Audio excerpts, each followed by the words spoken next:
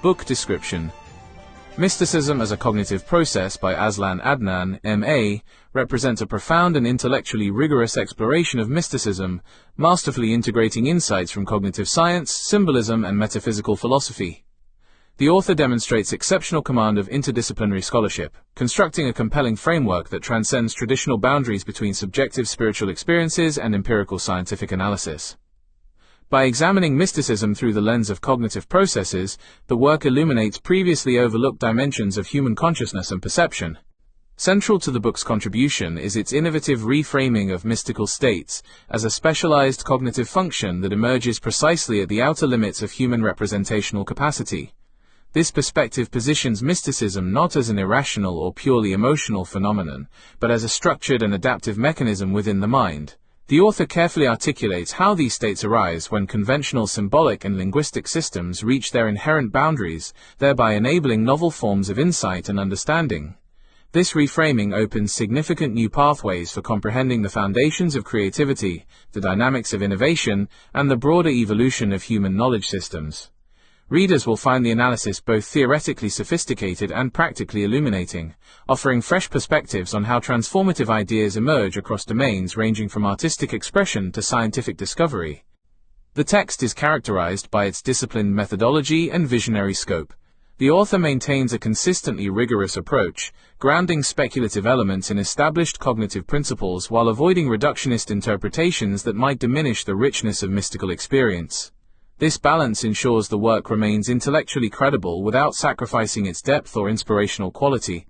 Furthermore, the integration of symbolic analysis enriches the discussion, revealing how archetypal imagery and metaphysical constructs function within cognitive architectures to facilitate profound shifts in awareness. Ultimately, mysticism as a cognitive process stands as a vital bridge between subjective first-person experience and the demands of formal academic inquiry. It challenges conventional perspectives that have long separated spirituality from science, proposing instead a unified model in which mystical cognition plays an essential role in human intellectual and cultural advancement. This volume will prove invaluable to scholars, practitioners, and thoughtful readers interested in the intersections of mind, meaning, and transcendence.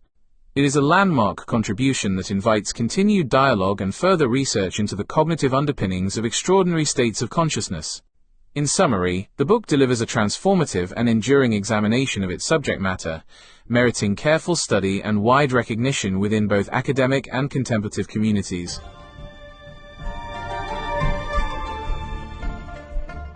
Mysticism as a Cognitive Process by Azlan Adnan, M.A. Book review.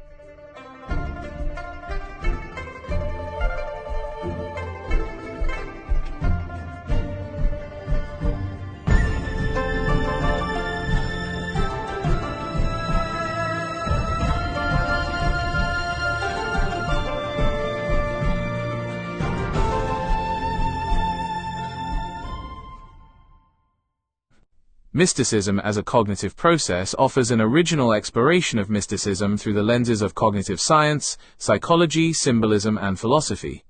Rather than treating mystical experience as purely religious, supernatural, or irrational, the book presents it as a structured cognitive process that emerges at the limits of perception, language, and conceptual thought. A central contribution of the work is its argument that mystical states represent a specialized mode of cognition operating at the frontier of representation. When conventional categories and linguistic frameworks become insufficient, the mind generates symbolic, metaphorical, and integrative forms of understanding historically described as mystical. Seen in this way, mysticism is not opposed to reason but functions as one of cognition's mechanisms for exploring the unknown. Drawing on sources ranging from Socrates, Descartes, and R.D. Laing to the mystical traditions of India, China, Judaism, Christianity, and Islam, the book identifies common cognitive patterns underlying diverse spiritual experiences. It examines inner speech, symbolic reasoning, unitive consciousness, pantheism, panentheism, and the role of speculative postulates in the development of knowledge. Maintaining a balance between openness and skepticism, the book treats mystical experiences neither as unquestionable revelations nor as mere illusions, but as meaningful cognitive events worthy of investigation. Ultimately, it argues that mysticism serves as a bridge between experience and interpretation, intuition and knowledge, imagination and discovery. By reframing mysticism as a cognitive process, the book offers a compelling framework for understanding how human beings generate meaning at the edge of the known, and how new knowledge may emerge from that frontier. Mysticism as a Cognitive Process by Azlan Adnan, M.A., Saturday the 20th of June 2026. Part 1. Introduction. Mysticism as a Cognitive Process. When we hear the word mysticism, many of us immediately think of religion, spirituality, visions, saints, gurus, monks in caves, Sufi dervishes, or perhaps esoteric knowledge hidden from ordinary people. Popular culture has not helped. Mysticism is often portrayed as something supernatural, irrational, or fundamentally separate from everyday human experience. Today, I would like to propose a different way of looking at mysticism. What if mysticism is not primarily a religious phenomenon? What if mysticism is not even primarily a spiritual phenomenon? What if mysticism is, first and foremost, a cognitive process? What if the mystic is not a magician, not a prophet, not a supernatural intermediary, but rather a human being engaged in a particular mode of thinking? This talk explores that possibility. I am not attempting to prove or disprove any religious doctrine, nor am I attempting to reduce the experiences of mystics to mere neurological events. Instead, I want to examine mysticism from a secular perspective and ask a simpler question. What is the mystic actually doing? Not what they believe. Not what religion they belong to. Not whether their metaphysics are true or false. But what is the cognitive process taking place? Because if we look closely, we find remarkable similarities across cultures, across religions, and across centuries. The vocabulary changes. The symbols change. The myths change. The rituals change. But the underlying process appears surprisingly consistent. The problem of language. One of the recurring themes in the writings of mystics throughout history is the inadequacy of language. Again and again, mystics tell us that what they experienced cannot be fully described. The Hindu rishi says it. The Buddhist monk says it. The Taoist sage says it. The Sufi says it. The Christian contemplative says it. They all complain about the same thing. Language is not enough. Why? Perhaps because language is a compression algorithm. Language reduces complexity. A single word stands in place of a vast network of associations. When I say tree, I do not transmit every leaf, branch, color, smell, memory, and sensation associated with a tree. I compress all of that into a single symbol. Language is efficient because it throws away information. Mystical experience appears to move in the opposite direction. It is often described as an overwhelming flood of interconnected meaning. The mystic frequently reports receiving an insight all at once rather than sequentially. The experience arrives first. The explanation comes later. And often the explanation feels inadequate. This observation is important because it suggests that mysticism may not be about acquiring new facts. It may instead involve accessing patterns of understanding that exist prior to linguistic formulation. In other words, the experience occurs first. Language arrives afterward. Mind speak and language. During our discussions leading up to this talk, we explored a useful distinction. We might call it the difference between mind speak and language. Mind speak is not an academic term. It is simply a convenient way to describe the raw, pre-linguistic flow of thought. We all experience it. Sometimes we know something before we can explain it. Sometimes we grasp a solution before we can articulate it. Sometimes we sense a pattern before we can describe the pattern. The insight comes first. The words come second. The challenge is that mind speak operates at extraordinary speed. Language is much slower. To use a technological analogy, mindspeak feels as though it operates at exabytes per second, while spoken language feels like a comparatively slow transmission channel. The exact numbers are not important. The metaphor is, a vast amount of information must be compressed before it can be expressed in language. The moment we begin describing an insight, we are already simplifying it. This creates a problem familiar to many mystics. The insight itself is transient. As soon as one attempts to grasp it, translate it, and archive it, part of it disappears. There is a delicate process involved. one must somehow capture the essence of the insight before it evaporates. The mystic's challenge is therefore not merely to discover something. The challenge is to translate it. Mysticism as translation. This leads us to a very different definition of mysticism. Instead of viewing mysticism as supernatural revelation, we might view it as a process of translation. The mystic encounters something that exists outside ordinary conceptual language. Then the mystic attempts to convert that experience into symbols, metaphors, stories, poems, or doctrines. Seen this way, mysticism is less about receiving messages from elsewhere, and more about translating experiences that are difficult to express. This helps explain why mystics across cultures often sound similar despite having radically different religious backgrounds. A Sufi may speak of divine love. A Buddhist may speak of enlightenment. A Taoist may speak of harmony with the Tao. A Hindu may speak of Brahman. The vocabulary differs. The cultural framework differs. But perhaps they are all attempting to describe similar cognitive experiences using different symbolic systems. If that is true, then religious language functions much like a map. Maps are useful. Maps help us navigate. But maps are not the territory itself. The words are not the experience. The symbols are not the reality they point toward. The doctrines are not the insight. Mysticism and the unknown. This brings us to what I believe is the central function of mysticism. Mysticism operates at the boundary between the known and the unknown. Science also operates at this boundary. Philosophy operates at this boundary. Art operates at this boundary. But each approaches it differently. Science employs observation, measurement, experimentation, and falsification. Mysticism employs introspection, contemplation, symbolism, and direct experience. Science asks, what can be measured? Mysticism asks, what can be experienced? These are different questions. Neither necessarily invalidates the other. They simply operate with different tools. Science excels at generating public knowledge, knowledge that can be verified by multiple observers. Mysticism excels at exploring private experience, knowledge that is directly available only to the individual. One should not be mistaken for the other. Yet both are attempts to expand the frontier of understanding. Mysticism as an epistemological tool. This leads to the central thesis of this talk. Mysticism can be understood as a cognitive tool that scratches away at the surface of epistemology. It probes the liminal space between the known and the unknown. The mystic is someone who voluntarily enters that uncertain territory. Not necessarily to discover facts. Not necessarily to receive revelations. But to explore the frontier itself. In this sense, mysticism becomes a method of inquiry. An inward method rather than an outward one. The scientist builds a telescope. The mystic develops attention. The scientist investigates external reality.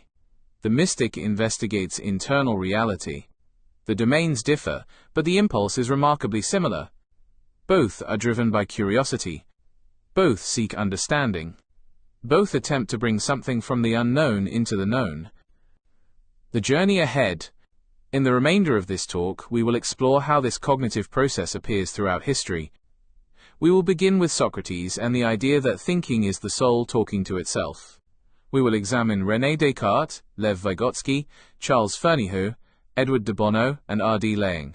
We will look at the rishis of India, Taoist sages of China, Jewish mystics, Christian contemplatives, and the Sufi tradition from Rumi and Al-Ghazali to Hamza Fansuri in the Malay world. Throughout this journey, I ask that we suspend for a moment the question of whether any particular mystical claim is true. Instead, let us ask a different question. What if mysticism is not primarily about belief? What if it is a universal human cognitive process through which we explore the edges of understanding itself? That is the possibility we will explore together today. Part 2. Historical Roots. Socrates, Descartes, and the emergence of inner dialogue.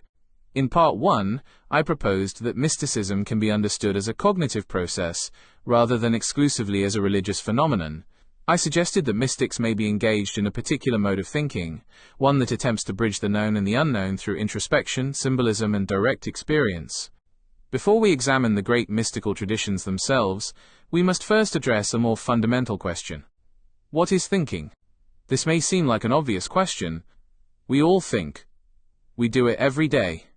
We rely upon thought for everything from crossing the street to solving mathematical problems. Yet for most of human history, surprisingly little attention was paid to the mechanics of thinking itself. Human beings have produced vast libraries on theology, politics, economics, warfare, and ethics. Yet the act of thinking, the process through which all of these domains are explored, remained largely unexamined. The first major figure to provide a useful description was Socrates. Or more precisely, Plato's Socrates. Socrates and the soul talking to itself, one of the most remarkable observations in the history of philosophy, appears almost casually in Plato's dialogues. Socrates describes thinking as the soul talking to itself. At first glance, this sounds simple, almost trivial, yet it may be one of the most profound observations ever made about human consciousness. Consider what Socrates is saying. Thinking is not merely receiving information. Thinking is not merely reacting to stimuli. Thinking is not merely calculation. Thinking is dialogue, a conversation, an internal exchange. When we deliberate, we ask ourselves questions. We answer them. We challenge our own assumptions. We rehearse possible futures. We revisit the past. We imagine alternative outcomes. In other words, we engage in an internal conversation. Today this seems obvious, but in ancient Greece this was an extraordinary insight. Socrates was suggesting that consciousness possesses an inherently dialogical structure. The self is not a single voice. The self is often a conversation among multiple perspectives. When we think carefully, we are simultaneously speaker and listener, questioner and respondent, teacher and student, critic and advocate. This observation becomes especially important when discussing mysticism. Why? Because many mystical traditions begin precisely at the point where this inner dialogue becomes the object of attention. The mystic does not merely think. The mystic begins observing thought itself. The mystic becomes aware of the dialogue, and eventually asks, who is speaking? Who is listening? And who is aware of both? The curious 2,000-year gap. What is perhaps most remarkable is what happened next. Or rather, what did not happen next. For nearly 2,000 years, Socrates' observation remained largely undeveloped.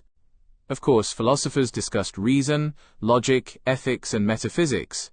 Theologians discussed the soul. Religious scholars discussed revelation. But very few thinkers systematically investigated inner dialogue itself. Why? There are many possible explanations. One explanation may be cultural. Throughout much of history, talking to oneself carried negative connotations. Even today, many people associate talking to oneself with instability. Children are often told not to talk to themselves. Adults may feel embarrassed if they are caught doing so. The assumption is that talking to oneself signifies abnormality, madness, isolation, psychological disturbance. Yet if Socrates was correct, then talking to oneself is not abnormal at all. It is thinking. What we call thought may simply be internalized conversation. This cultural prejudice may have discouraged serious examination of inner speech for centuries. People experienced it constantly, yet rarely studied it. It became one of those invisible phenomena hiding in plain sight. Everyone did it. Almost nobody analyzed it. Descartes and systematic doubt. The next major step came in the 17th century with the French philosopher René Descartes. Descartes is often remembered for the statement, cogito ergo sum. I think, therefore I am. The phrase is so famous that it has become almost a cliché. Yet behind it lies a revolutionary method. Descartes was not simply making an observation. He was conducting an experiment, a cognitive experiment. He decided to doubt everything. He doubted his senses. He doubted authority. He doubted tradition. He doubted inherited knowledge. He even doubted whether the external world existed. His goal was to discover whether anything remained absolutely certain after every possible doubt had been applied. And what remained? The fact that doubt itself was occurring. If he was doubting, then there had to be a doubter. If thinking was occurring, there had to be a thinker. Thus, I think, therefore I am. For our purposes, Descartes is important because he shifted attention inward. The source of certainty was no longer external. It was internal. The mind became an object of investigation. The inner world became legitimate philosophical territory. This is a crucial development for understanding mysticism. Many mystical traditions begin with a similar movement inward, not necessarily toward certainty but toward direct experience. Like Descartes, the mystic turns attention inward. Unlike Descartes, the mystic may eventually question the very distinction between observer and observed. But the movement inward remains the same. From theology to psychology, after Descartes, philosophy increasingly focused on consciousness. Thinkers debated perception, knowledge, identity, and reason. Yet, surprisingly, the specific phenomenon of inner speech still remained largely unexplored. The conversation continued to revolve around what people thought. Much less attention was paid to how thought itself unfolded. This gap would persist well into the 20th century. It is remarkable when you think about it. Humanity developed steam engines, electricity, modern medicine, telecommunications, industrial production. Yet we still lacked a detailed account of what happens when a person silently talks to themselves. The very process through which these inventions were conceived remained poorly understood. Mysticism and the problem of translation. This historical gap is particularly relevant to mysticism. Mystics frequently report experiences that appear to precede language. They describe sudden insights, states of unity, moments of overwhelming understanding, experiences that seem to arrive fully formed. Only afterward do they attempt to translate them into words. Hamza Fansuri faced this problem. Rumi faced this problem. Meister Eckhart faced this problem. The Upanishadic sages faced this problem. All found themselves reaching for metaphors, poetry, paradox, symbolism. Why? Because the experience arrived before the language. The insight was immediate. The explanation came later. This is exactly the problem we discussed in Part 1. The mystic receives something in what we called mind speak. To communicate it, the mystic must slow it down into language. The process resembles translation. Not translation between Malay and English. Not translation between Arabic and Persian. But translation between two different modes of cognition. One fast. One slow. One holistic. One sequential. One experiential. One linguistic. The hidden importance of inner dialogue.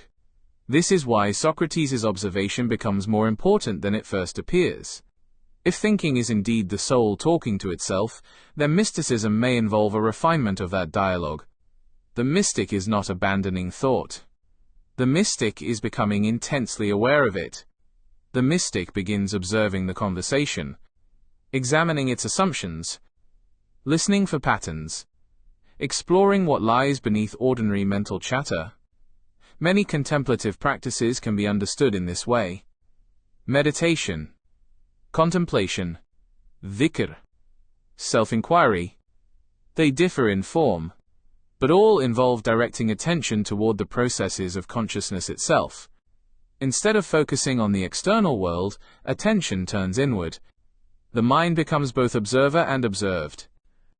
Preparing the ground for modern thought. By the beginning of the 20th century, the stage had finally been set. Socrates had identified inner dialogue. Descartes had turned philosophical attention inward. But a full theory of inner speech still did not exist. That would change with the arrival of a Soviet psychologist named Lev Vygotsky. Vygotsky would argue that inner speech is not merely a philosophical curiosity. It is one of the fundamental mechanisms through which human cognition operates. And from that insight would emerge a new understanding of thinking itself, one that would eventually help us reinterpret mysticism not as supernatural revelation, but as a sophisticated cognitive process. That is where we will continue in Part 3. Part 3. Mysticism in Indian and Chinese traditions. Rishis, Taoist sages, and symbolic language. In Part 2, we examined the emergence of inner dialogue as a philosophical concept.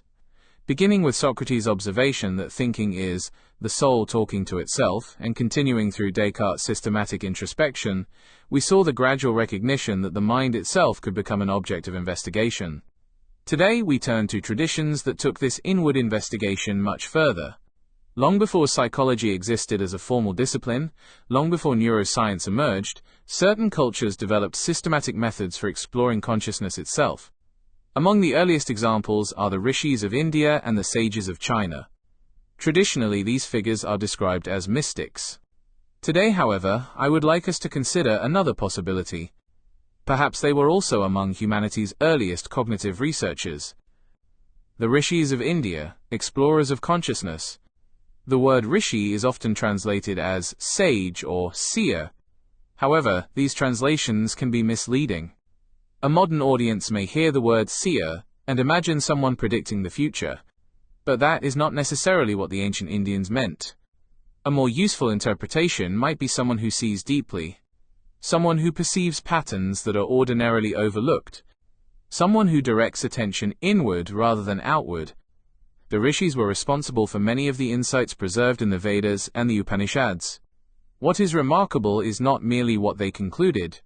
What is remarkable is their methodology. They spent extraordinary amounts of time observing their own consciousness. Today we use telescopes to study galaxies, microscopes to study cells, particle accelerators to study matter. The rishis possessed none of these tools. Their instrument was attention itself. Their laboratory was consciousness. Their subject matter was experience. From a modern perspective, we might say that they were engaged in systematic introspection. They were attempting to understand how consciousness operates. The discovery of the observer. One question appears repeatedly in Indian mystical traditions. Who is aware? This may sound simple, but it becomes surprisingly difficult once examined carefully. Most of our attention is directed toward objects. We see a tree, we hear music, we remember a conversation, we solve a problem. The focus is always on the content of consciousness. The rishis shifted attention away from the content. Instead, they became interested in the observer. Who is experiencing these thoughts? Who is hearing these sounds? Who is aware of awareness itself? This movement is profound because it changes the direction of inquiry. Instead of asking questions about the world, one begins asking questions about the structure of experience.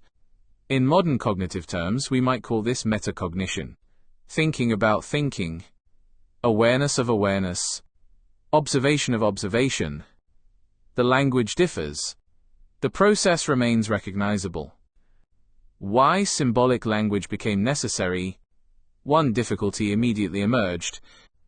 The experiences being reported did not fit neatly into ordinary language. The rishis therefore turned to metaphor. They spoke of oceans and waves, light and illumination, dreams and awakenings, the self and the universal. These metaphors were not scientific descriptions. They were attempts at translation. Recall our earlier discussion about mind speak. A direct insight may arrive as a holistic understanding. Language, however, is sequential. Words occur one after another. The moment an insight enters language, it loses some of its richness. The rishis were facing exactly this problem. Consequently, their writings often appear poetic. Modern readers sometimes mistake this poetry for obscurity. But perhaps the problem is not the poetry. Perhaps the problem is that the experience itself resists literal description. The metaphor becomes a bridge, a way of translating an internal event into communicable form. Akasha as cognitive metaphor. One concept that emerged from Indian traditions is Akasha. Traditionally translated as ether or space, Akasha has been interpreted in many ways over the centuries. For our purposes, it is not necessary to decide whether Akasha exists as an objective reality. Instead, we can ask a different question. What cognitive function does the concept perform? One possibility is that Akasha serves as a symbolic representation of a deeper informational substrate, a way of speaking about the unseen foundations of experience. Earlier, we discussed the possibility that mystics often describe a realm that appears to underlie ordinary perception. In Indian traditions, Akasha became one way of speaking about that realm. Whether Akasha refers to a metaphysical reality, a psychological experience, or a symbolic construct is ultimately a separate question. What matters for our discussion is that it provides a language for discussing phenomena that seem difficult to articulate through ordinary speech. The concept functions as a cognitive tool. It gives form to something that otherwise remains vague and elusive. Taoism and the wisdom of emptiness. If India explored consciousness through introspection, ancient China explored it through harmony. The great Taoist thinkers, particularly Laozi and Zhuangzi, approached reality from a different angle. Yet they encountered a remarkably similar problem. How do you describe something that exceeds language? The Tao Te Ching begins with one of the most famous statements in world literature. The Tao that can be spoken is not the eternal Tao. Notice how similar this is to the complaints of mystics everywhere. Again, we encounter the inadequacy of language. Again, we encounter the distinction between direct experience and verbal description. Again, we encounter the tension between knowing and describing. The Taoists were less interested in defining ultimate reality than in aligning oneself with it. Their emphasis was not on doctrine. It was on attunement. The sage does not conquer reality. The sage harmonizes with it. Emptiness is not nothingness. One of the most misunderstood concepts in both Taoism and later Buddhism is emptiness. To modern ears, emptiness sounds negative. It sounds like absence, a void, nothingness. But that is not how these traditions typically understand it. Instead, emptiness refers to openness, potential, the space within which things arise. Consider a cup. The clay gives the cup its form, but the emptiness inside the cup is what makes it useful. Similarly, Taoist thought often emphasizes the value of what appears absent, the unseen, the unspoken, the silent. This becomes highly relevant to mysticism. Many mystical traditions argue that insight emerges not through the accumulation of more thoughts, but through creating space between thoughts. This idea appears repeatedly across cultures. Deepak Chopra, for example, has described intuition as arising from the space between thoughts. Although expressed in modern language, the underlying idea is ancient. The signal emerges when the noise diminishes. The insight appears when mental clutter subsides. Again, we need not accept the metaphysical explanation to appreciate the cognitive observation. Many people report their best ideas arriving during periods of stillness. The phenomenon itself is familiar. The interpretations vary. All roads lead to Rome. At this point, we begin noticing a pattern. The Indian rishi speaks of Brahman. The Taoist speaks of the Tao. Later Buddhists will speak of enlightenment. Sufis will speak of divine union. Christian mystics will speak of communion with God. Different signposts, different languages, different metaphysics. Yet the underlying process appears remarkably similar. Different cultures developed different symbolic languages, different maps, different signposts, but perhaps they were all navigating similar territory. This brings us to an important principle that will recur throughout this presentation. There is an old saying that all roads lead to Rome. Whether or not the saying originated within any mystical tradition is less important than the insight it conveys. Different paths may lead toward a common destination. Different traditions may be describing different aspects of the same underlying process. This does not mean all traditions are identical. Far from it. Their doctrines often differ significantly. Their metaphysics often conflict. Their symbols vary enormously. Yet from a cognitive perspective, they may be engaged in the same fundamental activity. Exploring consciousness. Investigating meaning. Attempting to bring aspects of the unknown into the known. The first great cognitive experimenters, Seen from this perspective, the rishis and Taoist sages become something more than religious figures. They become pioneers in humanity's long investigation of consciousness. Their methods lacked modern controls. Their conclusions cannot be evaluated using contemporary scientific standards. Yet they identified something that modern psychology continues to explore. The mind is capable of observing itself. The observer can become the observed. Consciousness can investigate consciousness. And when it does so deeply enough, it often generates experiences that challenge ordinary language. This insight will become increasingly important as we move into Jewish, Christian, and Islamic mysticism. For despite their profound differences, all of these traditions inherit the same fundamental challenge. How does one communicate an experience that seems to exceed the limits of language? That is where we turn next. In Part 4, we will examine Jewish and Christian mysticism, the emergence of Kabbalah, and the extraordinary efforts of figures such as Meister Eckhart and John of the Cross to articulate the inexpressible. Part 4. Jewish and Christian mysticism. Kabbalah, Meister Eckhart, and the medieval quest for the ineffable. In Part 3, we examined the rishis of India and the Taoist sages of China as early explorers of consciousness. We saw that despite profound differences in culture and language, they faced a common challenge: how to communicate experiences that seem to exceed the capacity of ordinary language. As we move westward into Jewish and Christian traditions, we encounter the same problem again. Different religion, different symbols, different theology, yet the same cognitive challenge. How does one describe what appears beyond description? How does one communicate an experience that arrives before language? How does one bring something from the unknown into the known? These questions lie at the heart of both Jewish and Christian mysticism. Mysticism as a universal human activity. Before discussing specific traditions, we should establish an important principle. When historians discuss mysticism, there is often a tendency to treat each tradition as isolated. Jewish mysticism belongs to Judaism. Christian mysticism belongs to Christianity. Islamic mysticism belongs to Islam. Hindu mysticism belongs to Hinduism. And so forth. From a theological perspective, this may be appropriate. From a cognitive perspective, however, something different becomes visible. The human brain remains essentially the same regardless of culture. A person born in medieval Spain possesses broadly the same cognitive architecture as a person born in ancient India or contemporary Malaysia. The symbolic vocabulary changes.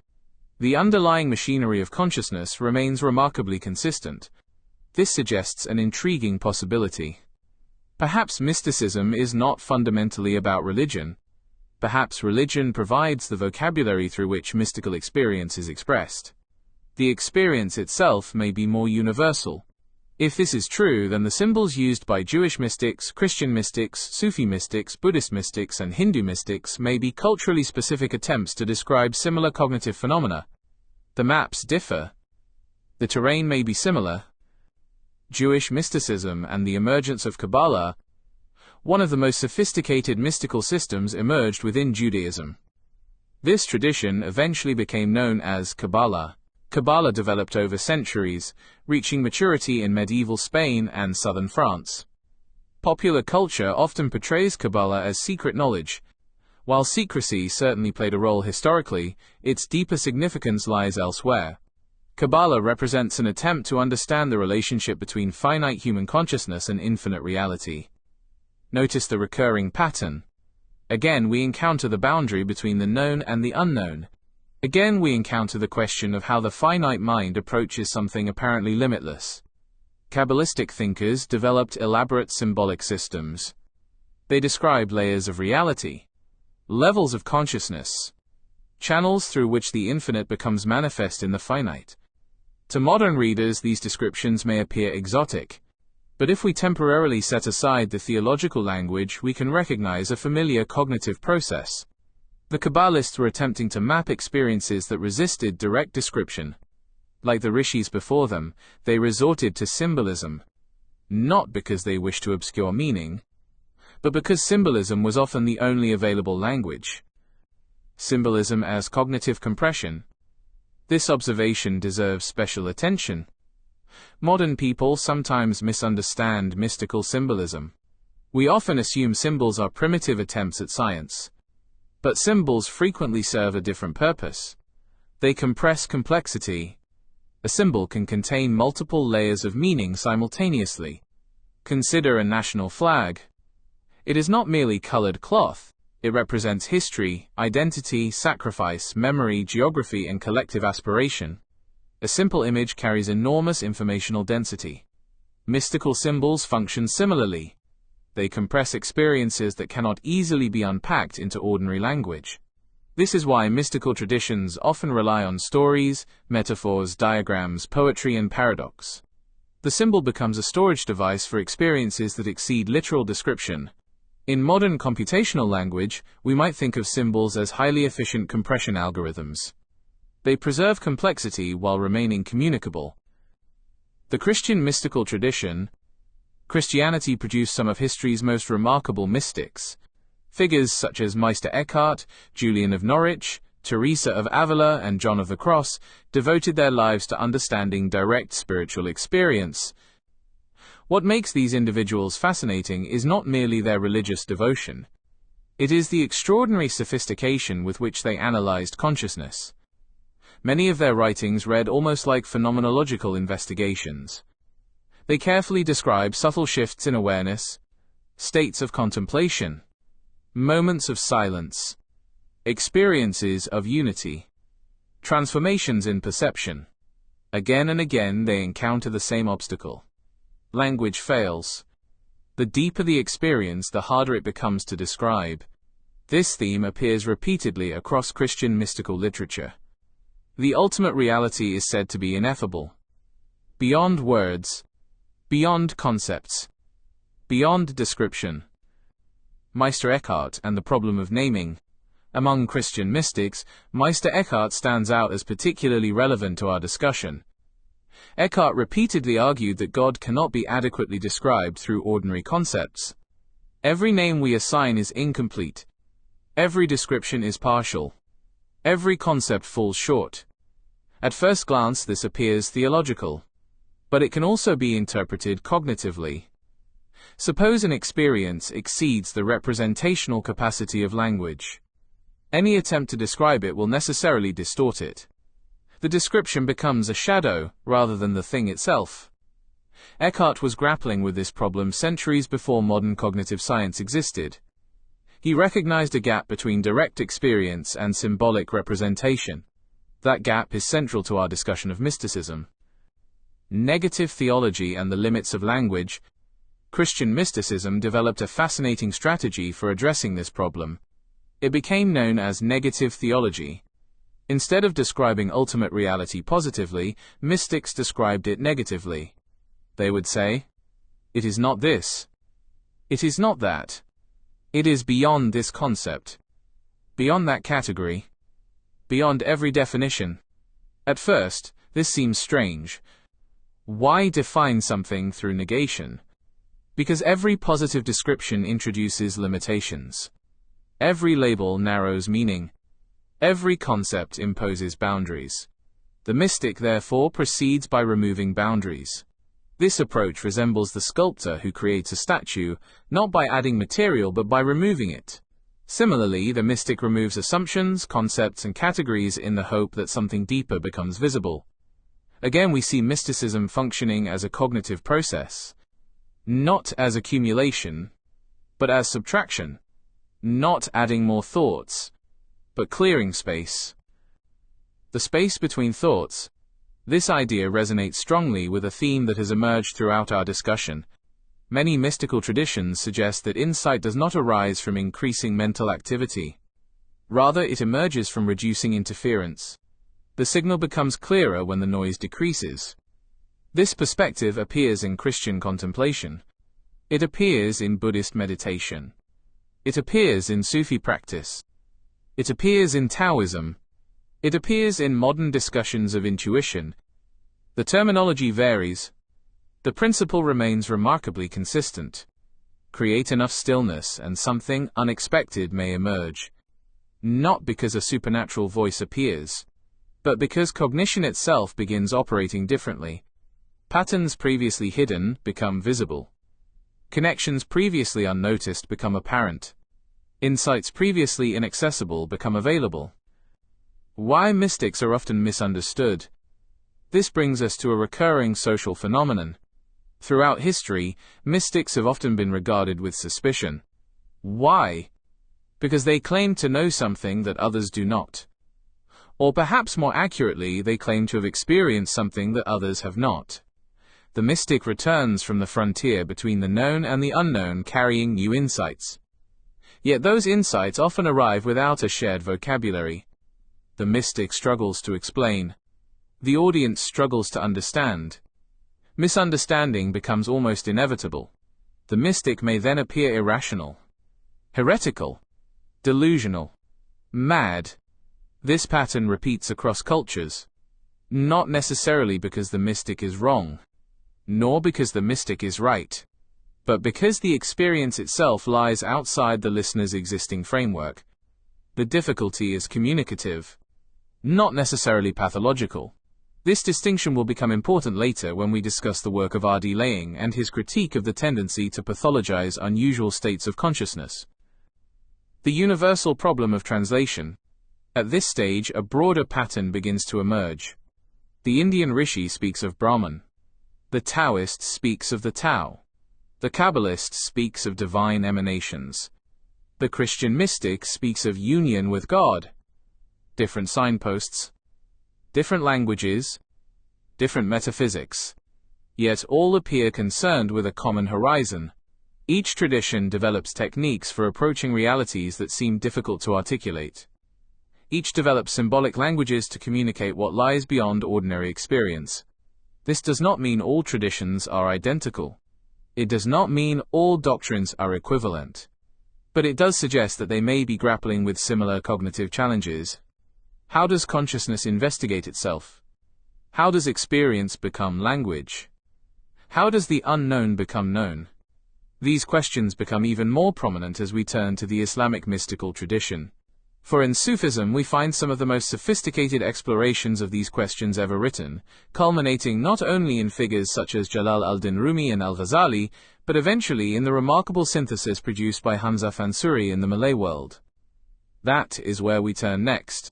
In Part 5, we will examine Sufism as both a spiritual tradition and a sophisticated cognitive technology for exploring consciousness itself. Part 5, Sufism. From Rumi to al-Ghazali to Hamza Fansuri, mysticism, cognition, and the problem of perturbation. Having examined Indian, Chinese, Jewish, and Christian mysticism, we now arrive at one of the richest and most sophisticated mystical traditions in human history, Sufism. Sufism is often described as the main mystical tradition in Islam. Sufism is the most organized, widespread mystical tradition in Islam, with orders, teachers, and practices like Dhikr and whirling. There are smaller mystical currents too, like some Shia esoteric traditions and certain philosophical schools, but Sufism is by far the biggest and most recognized. While this description is not incorrect, it is incomplete. From the perspective developed in this presentation, Sufism can also be understood as a centuries-long investigation into consciousness itself. Its practitioners developed methods for examining attention, selfhood, perception, intuition, meaning, and the relationship between language and direct experience. Like the traditions we have already discussed, Sufism repeatedly confronts the same problem. How does one describe experiences that appear to exist beyond language? And how does one communicate those experiences without creating excessive cognitive dissonance in one's audience? This latter question will become particularly important, because throughout history, some mystics have not merely challenged existing beliefs. They have destabilized them. The Sufi quest. At its core, Sufism seeks direct knowledge. Not merely knowledge about reality. Not merely knowledge about God. But direct experience itself. The distinction is important. A person can read 1,000 books about swimming. That is different from entering the water. Likewise, one can memorize theology without undergoing the experiences described by mystics. The Sufis frequently distinguished between intellectual knowledge and experiential knowledge. One knows by description, the other knows by direct encounter. This distinction resembles a distinction we have already explored between language and mind speak. Language describes. Experience knows. The challenge then becomes translation. How does one convert experience into language? Every major Sufi thinker wrestled with this problem. Rumi and the language of symbolism. Perhaps the most famous Sufi in the world today is Jalal al-Din Rumi. Rumi's poetry continues to be read across cultures, religions, and languages. One reason for its enduring appeal is that Rumi understood something fundamental about cognition. Literal language often fails. Symbolic language can succeed. Rather than attempting to define mystical experience directly, Rumi employed stories, metaphors, parables, poetry, music, dance. The famous whirling dervishes associated with his tradition are not merely performing art. They are engaging in a symbolic enactment of a cognitive principle. Movement becomes meditation. Rhythm becomes concentration. The body becomes part of the thinking process. Modern cognitive science increasingly recognizes that cognition is not confined to the brain alone. The body participates in thought. Attention participates in thought. Emotion participates in thought. Rumi understood this intuitively centuries ago. His poetry, therefore, does not attempt to explain mystical experience. It attempts to evoke it. Al-Ghazali and the limits of rationality. If Rumi represents the poetic dimension of Sufism, then Al-Ghazali represents its philosophical dimension. Al-Ghazali began as a scholar deeply immersed in theology, law, and philosophy. Yet despite his intellectual achievements, he underwent a profound personal crisis. He found that rational knowledge alone was insufficient. Reason could answer many questions, but it could not answer all questions. Eventually, Al-Ghazali turned inward, not because he rejected reason, but because he recognized its limits. This is a crucial distinction. Mysticism is often portrayed as anti-rational. Historically, many mystics were extraordinarily rational people. The issue was never that reason was wrong. The issue was that reason might be incomplete. Science encounters similar limitations. Science is extraordinarily powerful. Yet science itself cannot tell us why beauty moves us, why meaning matters, why consciousness exists, or why there is something rather than nothing. These are not failures of science. They are simply questions that lie beyond its current scope. Similarly, Al-Ghazali concluded that direct experience constituted a legitimate mode of knowing, not superior to reason, not inferior to reason, different from reason. Mansur al-Hallaj and the problem of cognitive dissonance. We now arrive at one of the most important figures for our discussion, Mansur al-Hallaj. Al-Hallaj is remembered for a single phrase, Ana al-Haq, I am the truth. The phrase is among the most famous and controversial in the history of mysticism. To understand why, we must first understand what happened cognitively. From a mystical perspective, Al-Hallaj may have been attempting to describe a state in which the ordinary distinction between self and ultimate reality dissolved. The problem was linguistic. The experience may have been subtle. The statement was not. His audience interpreted the declaration literally. Many concluded that he was claiming divinity. The resulting reaction was severe. After years of imprisonment and political controversy, Al-Hallaj was executed in Baghdad in 922 CE. Now let us examine this through the framework developed in this presentation. What happens when a mystic brings something from the unknown into the known? The audience encounters an idea that does not fit its existing framework. The result is cognitive dissonance. Cognitive dissonance occurs when new information conflicts with existing beliefs. The greater the conflict, the greater the discomfort. Human beings generally seek stability. We seek coherence. We seek conceptual equilibrium. When a new idea threatens that equilibrium, it creates perturbation within the cognitive system. The audience experiences tension, confusion, resistance, defensiveness, sometimes hostility. Al-Hallaj's statement created precisely such a perturbation. Whether his insight was correct or incorrect is not our concern here. What interests us is the cognitive mechanism. A radically unfamiliar idea entered an established worldview. The resulting cognitive dissonance became socially destabilizing.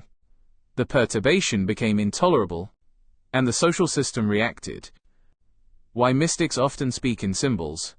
Cases such as Al-Hallaj help explain why many mystical traditions employ secrecy, symbolism, allegory, and metaphor. This is not necessarily because mystics wish to hide knowledge. Rather, they may recognize that direct statements can create excessive perturbation. Symbolism functions as a buffer, a gradual introduction, a cognitive shock absorber. A metaphor allows the listener to approach an unfamiliar idea incrementally. The audience adapts. The cognitive dissonance remains manageable. The perturbation remains within tolerable limits. Seen this way, symbolic language performs a practical cognitive function. It protects both the insight and the audience. This may explain why mystical literature across cultures is often poetic rather than literal. The symbol softens the impact of the idea. Hamza Fansuri and the Malay synthesis. The culmination of our Sufi journey brings us closer to home. To the great Malay mystic and poet Hamza Fansuri. Writing in the 16th century, Hamza Fansuri occupies a unique position in intellectual history. He inherited centuries of Islamic mystical thought. He absorbed influences from earlier Sufi thinkers. He lived within a region that had also been shaped by Hindu and Buddhist traditions. Consequently, his writings represent a remarkable synthesis. Critics later accused him of borrowing concepts from other traditions. Perhaps they were correct. But this criticism may miss the point. If mystical experience exceeds language, then the mystic must search for whatever vocabulary is available. Hamza Fansuri faced the same challenge as every mystic before him. He had an experience. Then he needed words. The available vocabulary came from multiple intellectual traditions. He used those tools because they helped approximate what he was trying to express. The alternative would have been silence. The mystic as translator. This observation leads us toward a broader understanding of mysticism. Perhaps the mystic is fundamentally a translator. The mystic enters regions of experience that have not yet been adequately mapped. Then attempts to bring something back. The problem is that the experience itself is often non-verbal. Language comes later. Translation comes later. Interpretation comes later. The mystic therefore stands between two worlds. One world is direct experience. The other is language. The mystic's task is to build a bridge. Sometimes the bridge succeeds. Sometimes it fails. Sometimes it creates understanding. Sometimes it creates cognitive dissonance. Sometimes it creates perturbation. And occasionally, as in the case of Al-Hallaj, the consequences can be severe. Sufism as cognitive technology. Viewed through a secular lens, Sufism can be understood as a sophisticated cognitive technology. Not technology in the modern mechanical sense, but technology in the sense of a systematic methodology. A set of tools. A collection of practices. A disciplined exploration of consciousness. Its techniques, meditation, contemplation, remembrance, poetry, symbolism, music, introspection, are all methods for modifying attention and perception. Whether one accepts the metaphysical conclusions is ultimately secondary. What matters for our purposes is that Sufism developed one of humanity's most refined systems for exploring the relationship between experience, language, and meaning. And in doing so, it revealed a problem that recurs throughout the history of mysticism. How do we bring something from the unknown into the known without creating so much cognitive dissonance that society rejects it? That question will become even more important as we move forward. Because before we can understand mysticism as a cognitive bridge, we must first examine why modern societies have so often confused unusual states of consciousness with pathology. To do that, we turn next to the work of R.D. Laing. Part 6. Mysticism as a Cognitive Bridge. Inner Speech, Mind Speak, R.D. Laing and the Translation of Insight. In the previous sections we examined mysticism across multiple civilizations.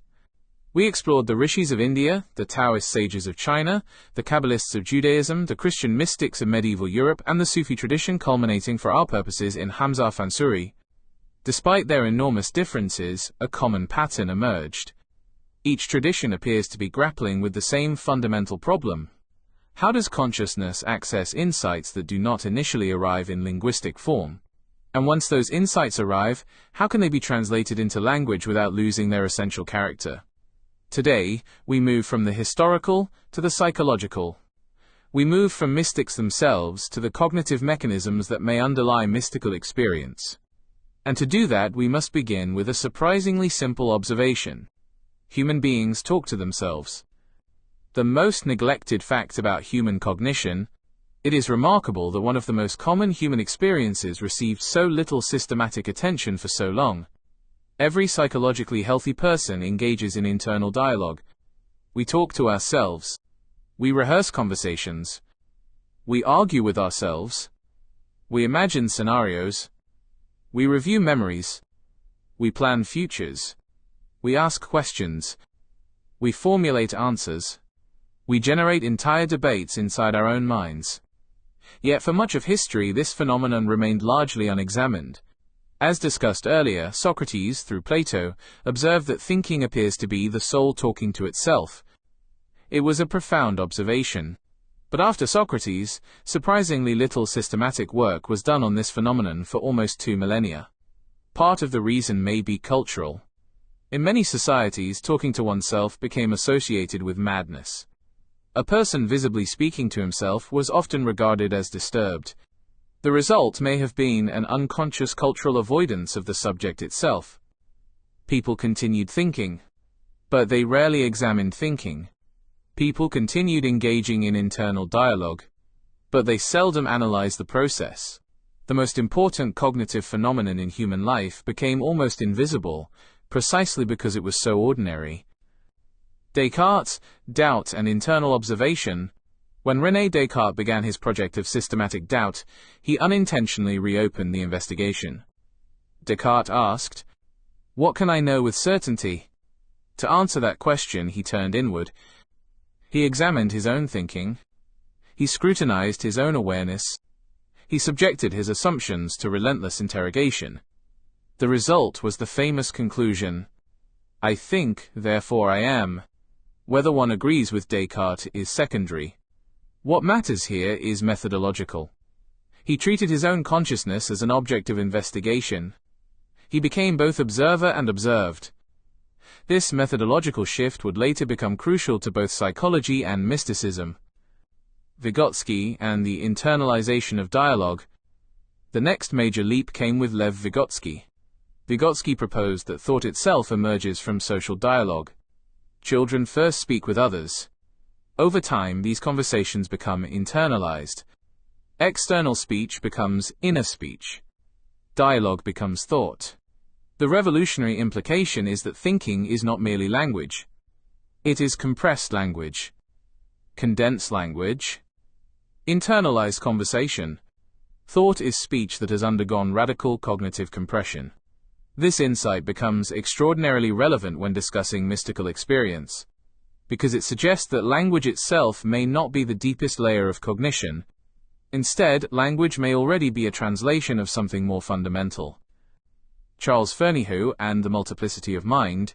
Building upon Vygotsky, Charles Fernyhough explored internal dialogue in far greater detail. His work revealed that inner speech is not always a single voice. The mind often contains multiple perspectives, multiple viewpoints, multiple simulations, multiple ongoing conversations. The self is not necessarily a monologue. It may be a dialogue, or even a parliament. At any moment, different parts of the mind may be negotiating with one another. One part proposes, another critique, a third imagines consequences, a fourth recalls previous experiences. The result is a highly dynamic cognitive ecosystem. This becomes important because mystical experiences often appear to emerge from levels of cognition deeper than ordinary internal dialogue. The mystic frequently reports receiving an insight rather than constructing one. The insight appears suddenly, unexpectedly, holistically, as though it arrives fully formed. Mind-speak and the compression problem. This brings us to one of the most important concepts developed during our discussions, The distinction between language and what we have informally called mind-speak. Mind-speak is not a scientific term. It is a conceptual tool, a metaphor, a way of describing cognition before it enters language. When an insight arrives, it often does not arrive as a sentence. It arrives as a pattern, a gestalt, a totality, a structure, an intuition, a knowing. Only afterward does language begin translating the experience. This translation process is costly. Information is lost. Nuance is lost. Complexity is lost. The situation resembles data compression. Imagine attempting to describe an entire symphony using a few sentences. The description may be accurate, but it cannot reproduce the experience. Likewise, language may communicate something about an insight without capturing the insight itself. This may explain why mystics throughout history repeatedly complain about the inadequacy of language. Their complaint is not necessarily mystical. It may be cognitive. Language is simply too low bandwidth to fully express certain forms of experience. The handshake between insight and language. Earlier we discussed what you described as a cognitive handshake. This concept deserves closer examination. Suppose an insight emerges from a level of cognition deeper than ordinary language. The insight exists, but it is not yet communicable. To preserve it, the mind must perform a translation. The insight must be slowed down, encoded, converted into words. This process resembles a handshake between two systems operating at different speeds. One system functions in holistic patterns. The other functions sequentially. One operates simultaneously. The other operates linearly. The difficulty is that the insight may begin fading before the translation is complete. Many people report exactly this experience. A profound realization appears. For a brief moment it feels crystal clear. Then it begins dissolving. The individual struggles to capture it before it disappears. The mystic's notebook. The philosopher's journal. The scientist's laboratory notebook. The poet's scrap of paper. All may serve the same function. Emergency storage. An attempt to preserve an insight before it evaporates. Laying and the pathologization of consciousness. At this point we encounter an important challenge. What happens when an individual reports experiences that differ significantly from those of the surrounding society? Historically, the answer has often been unfortunate. Such individuals have frequently been labeled irrational, delusional, mad, pathological. Yet not every unusual experience is necessarily pathological. This insight was central to the work of Laying. Laying argued that psychiatry sometimes confused difference with disorder. An unusual state of consciousness was not automatically a disease. A transformative experience was not automatically a psychosis. An altered perspective was not automatically a pathology. This does not mean all unusual experiences are healthy. Nor does it mean all mystical claims are true. Rather, Laying's contribution was to insist that the phenomenon be understood before being judged. The experience must be investigated before it is classified. Cognitive dissonance and the reception of mystical insight. Laying's perspective helps us understand a recurring historical pattern. Consider the mystic. The mystic enters the liminal region between the known and the unknown. The mystic returns with a new insight. The insight challenges established assumptions. Immediately, a problem emerges. The audience lacks the experiential framework necessary to understand the insight. The result is cognitive dissonance. The audience experiences tension. The new idea conflicts with established beliefs. The cognitive system seeks equilibrium. One way to restore equilibrium is to reject the idea. Another is to reject the person presenting it. This is where perturbation enters the picture. The mystic introduces a perturbation into the collective cognitive system. Sometimes the perturbation is manageable. Sometimes it is transformative. Sometimes it is intolerable. History contains many examples. Socrates, Al-Hallaj, Galileo, numerous religious reformers, numerous philosophers, numerous scientists. The pattern repeats. The unknown enters the known. The known resists. Eventually, society adapts, and what once appeared outrageous becomes obvious. The mystic, the scientist, and the frontier. This observation suggests an unexpected parallel. The mystic and the scientist may be more similar than commonly assumed. Both operate at the frontier of the unknown. Both seek new knowledge. Both return with claims that challenge existing assumptions. The difference lies primarily in methodology. Science relies on public verification. Mysticism relies upon private experience. Science demands reproducibility. Mysticism emphasizes direct encounter. Yet both participate in the same larger human project: the expansion of the known, the reduction of ignorance, the exploration of reality. One proceeds outward, the other inward. One studies external phenomena, the other studies consciousness itself. Toward a cognitive understanding of mysticism. Seen from this perspective, mysticism ceases to be something exotic. It ceases to be something supernatural. Instead, it becomes recognizable as a particular mode of cognition. An exploratory mode. A frontier mode. A mode concerned with the emergence of novel insights. Whether those insights are ultimately true remains a separate question. Truth always requires scrutiny. Truth always requires examination. Truth always requires challenge. But the process by which novel insights arise is itself worthy of investigation. And that process appears throughout the history of mysticism. The mystic becomes not a magician, not a sorcerer, not necessarily even a religious figure. The mystic becomes a specialist in exploring regions of consciousness that most people rarely visit. This brings us naturally to the next stage of our inquiry. For if mysticism is indeed a mode of cognition, then perhaps its deepest function is epistemological. Perhaps it is one of humanity's oldest tools for probing the boundary between the known and the unknown. That is the subject of Part 7. There we will examine mysticism as a method of scraping away at the liminal frontier of epistemology itself, bringing fragments of the unknown into the known. Part 7. Mysticism as a cognitive bridge, inner speech, symbolic reasoning and the threshold of knowledge. Mysticism can be understood most coherently when it is placed inside a broader account of human cognition, rather than treated as an exception to it. Across the earlier parts of this series, a consistent thread has been emerging.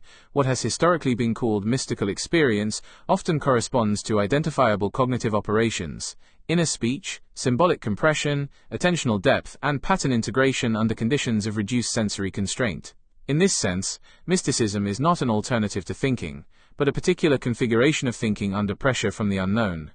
Many traditional accounts describe mystical experience as something supernatural, ineffable, or fundamentally beyond ordinary understanding. Yet a cognitive perspective suggests a different interpretation. Rather than representing a suspension of mental processes, mystical states may reveal those processes in an unusually concentrated form. They expose mechanisms that are normally hidden beneath everyday consciousness. What appears mysterious may not be the abandonment of cognition, but cognition operating under conditions that differ from those of ordinary waking thought. The question therefore shifts. Instead of asking why mystical experiences seem extraordinary, we may ask what cognitive conditions make such experiences possible. This approach does not seek to reduce mysticism to psychology. Rather, it seeks to understand the mental architecture through which mystical experiences become available to human awareness. The cognitive frontier. At the center of this configuration is a bridging function. Mysticism operates as a cognitive bridge between what is already structured in knowledge and what has not yet been structured. It is the mind working at the edge of its own representational capacity, where language begins to strain, and where metaphor becomes more efficient than description. The mystical emerges precisely at this threshold, not because reality becomes different, but because cognition reaches its limit of direct articulation.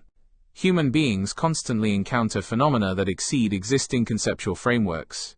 Scientific revolutions, artistic breakthroughs, philosophical insights, and personal transformations all begin with experiences that cannot initially be expressed in established language. Before new concepts emerge, there is often a period of ambiguity in which understanding exists without clear formulation. Mysticism inhabits this territory. The experience is therefore not necessarily irrational.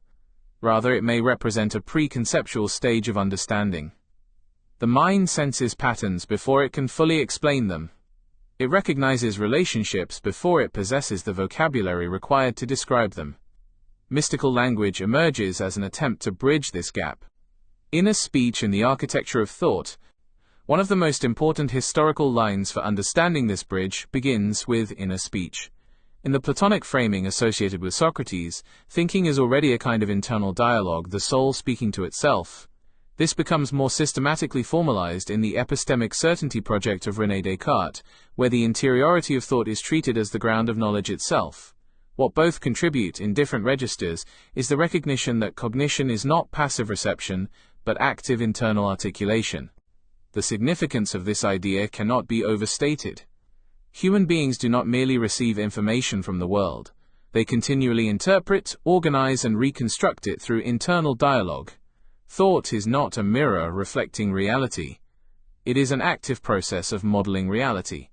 The modern psychological reframing of this arrives with Lev Vygotsky, who places language at the center of cognitive development.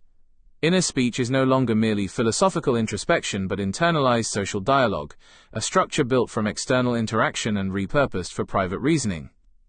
This trajectory is extended further by Charles Fernyhough, who describes inner dialogue as a flexible, multi-voice system rather than a single monologue. Cognition, in this view, is not unitary but distributed within the self.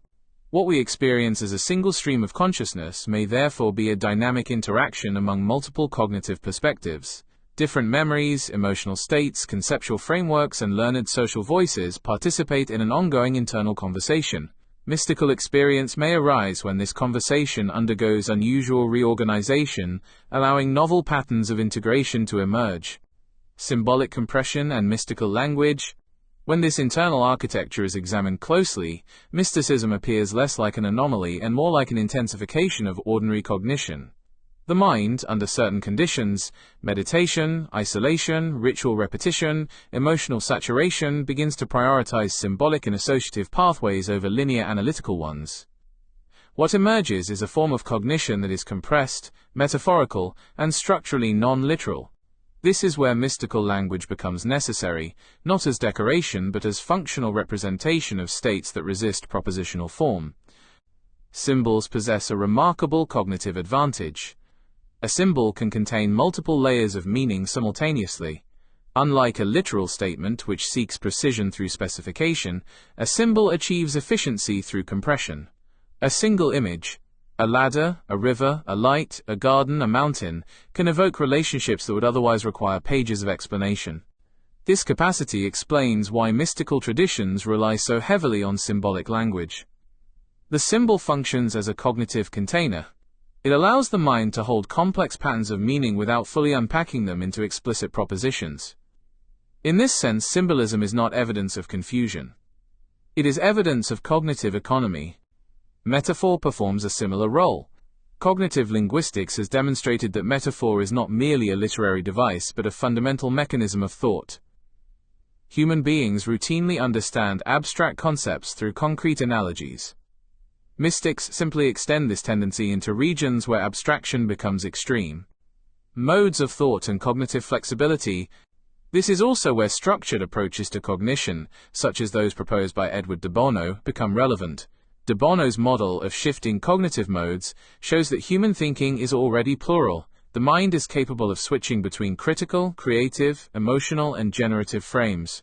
Mystical cognition can be interpreted as a deep convergence of these modes, where boundaries between analysis, intuition, and imagination become less distinct. Ordinary reasoning often separates these functions. Logic evaluates. Imagination generates.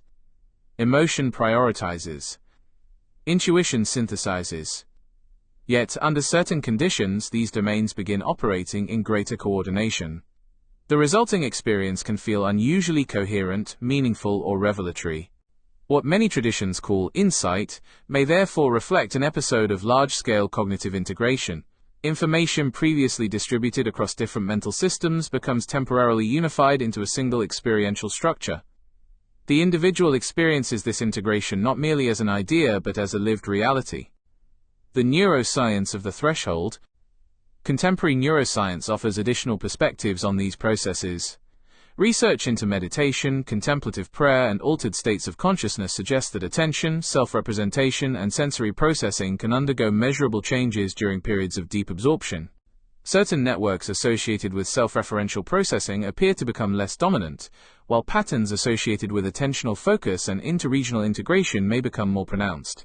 Although neuroscience remains far from fully explaining mystical experience, it increasingly demonstrates that such experiences correspond to identifiable shifts in cognitive organization. This does not prove or disprove the metaphysical claims made by mystics. It merely establishes that mystical experiences are genuine mental events with observable correlates. The existence of neural mechanisms does not settle questions about ultimate reality. It only clarifies the cognitive pathways through which human beings encounter what they interpret as ultimate reality. Mysticism across cultures. From this perspective, mysticism is not an epistemic rival to science or philosophy, but a cognitive interface layer. It sits at the boundary where structured knowledge ends and unstructured possibility begins. It is precisely here that symbolic reasoning becomes dominant, because symbols allow partial access to what cannot yet be fully specified. This also explains why mystical accounts across cultures share structural similarities, despite radically different theological frameworks. Whether in Indian rishis, Taoist sages, Christian contemplatives, Jewish Kabbalists, Buddhist meditators, or Sufi poets, the underlying cognitive process remains strikingly consistent. Experiences of unity, transcendence, timelessness, dissolution of ordinary selfhood, ineffability, and heightened meaning appear repeatedly across traditions. Yet the interpretive frameworks vary enormously. A Christian may describe union with God. A Buddhist may describe the dissolution of attachment. A Taoist may describe harmony with the Tao. A Sufi may describe annihilation in the divine beloved. The divergence lies primarily in the symbolic systems used to encode the experience, not necessarily in the underlying cognitive architecture producing it. Reason, intuition, and the expansion of knowledge. One of the enduring misunderstandings surrounding mysticism is the assumption that it stands in opposition to reason. Historically, many influential mystics were also rigorous intellectuals. Meister Eckhart, Ibn Arabi, Al-Ghazali, Shankara, and numerous others combined profound contemplative practice with sophisticated philosophical reflection. The relationship between mysticism and reason is therefore better understood as complementary rather than antagonistic. Reason excels at analysis, distinction, and verification. Mystical cognition excels at synthesis, integration, and exploration of conceptual frontiers. Both are necessary components of human understanding. Scientific discovery itself often begins with intuitions that precede formal proof. The eventual articulation of knowledge requires analytical reasoning, but the initial perception of possibility frequently emerges from less structured cognitive processes. Mysticism occupies a similar domain. It explores patterns before they become concepts and meanings before they become theories. Conclusion: the mind at the edge of articulation. Ultimately, mysticism as a cognitive bridge reveals a profound continuity between everyday thought and so-called transcendent insight. It suggests that what is often labeled mystical is not outside cognition, but at its frontier. It is the point at which the mind, constrained by language yet driven by pattern-seeking, generates meaning at the edge of articulation. Seen in this way, mysticism becomes neither superstition nor supernatural anomaly. It becomes a specialized mode of cognitive engagement with uncertainty, complexity, and the limits of representation. It is the mind attempting to grasp realities that exceed its current conceptual resources. In that sense, mysticism is not a departure from reason, but one of its deepest expressions under conditions where reason must temporarily exceed its own linguistic scaffolding. It is the cognitive bridge between what can already be said and what can only begin to be understood. Part 8. Mysticism as a cognitive interface of epistemic liminality. Beyond the cognitive bridge. If mysticism is a cognitive bridge, then we can push the idea further. It is also an interface operating at the liminal boundary of epistemology itself. That is to say, mysticism does not merely connect two domains of knowledge. It actively works the unstable zone where knowledge formation is still in progress, where categories have not yet stabilized, and where experience exceeds the available vocabulary for its own description. The notion of liminality is crucial here. Derived from the Latin limen, meaning threshold, liminality refers to transitional states that are neither fully one thing nor another. Anthropologists have long used the concept to describe rites of passage, moments in which an individual has left one status but has not yet entered another. A similar principle can be applied to cognition. There are moments when thought itself occupies a threshold condition, suspended between established understanding and emerging comprehension. Mysticism appears precisely within such spaces. It is not merely an unusual experience but a mode of engagement with the unknown. It operates where certainty dissolves but meaning continues to form. Rather than representing a departure from cognition, mysticism may reveal cognition in one of its most dynamic and creative states. The liminal structure of human knowledge. This liminal zone is not rare.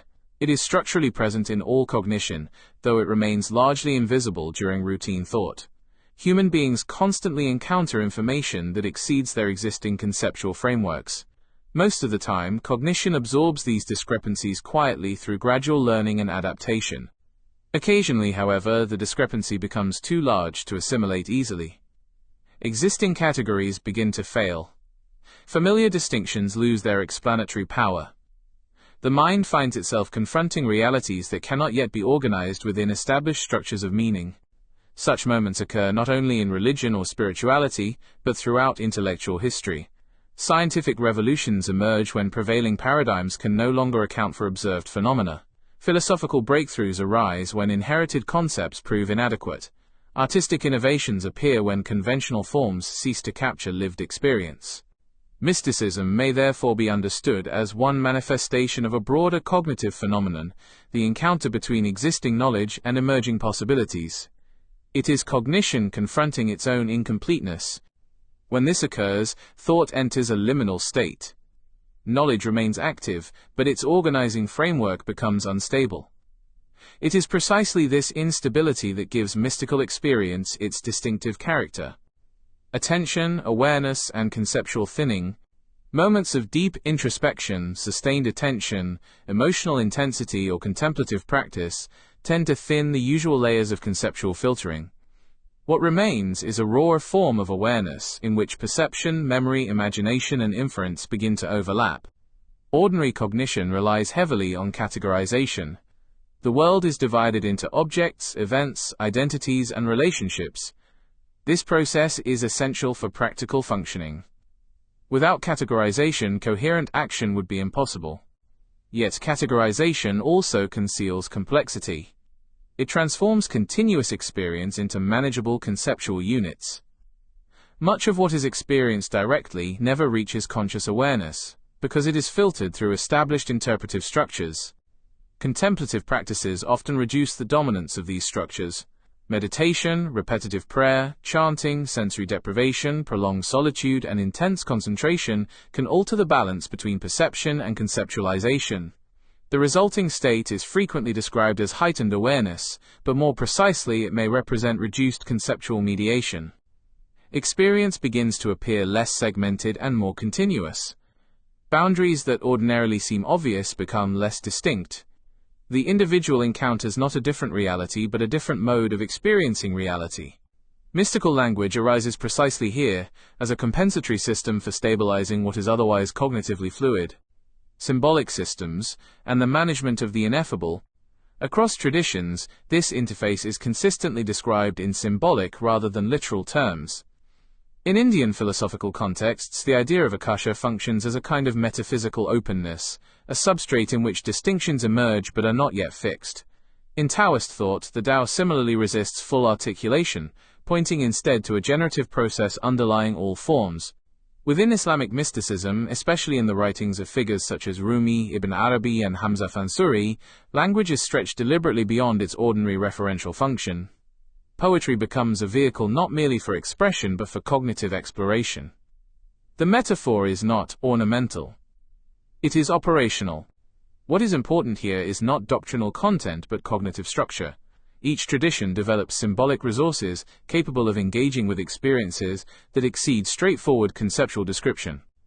Symbols possess unique cognitive advantages. They can compress multiple dimensions of meaning into a single form. Unlike literal language, which seeks precision through specificity, symbolic language achieves flexibility through layered interpretation. This makes symbols particularly useful in liminal cognitive environments. When categories remain unstable, symbolic forms provide temporary anchors for understanding.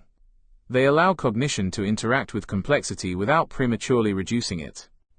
The function of paradox. This is why mystical discourse so often relies on paradox, negation, and metaphor. These are not ornamental devices. They are functional tools for navigating a domain in which direct description fails. Many mystical traditions repeatedly employ statements that appear logically contradictory. Reality is described as both empty and full.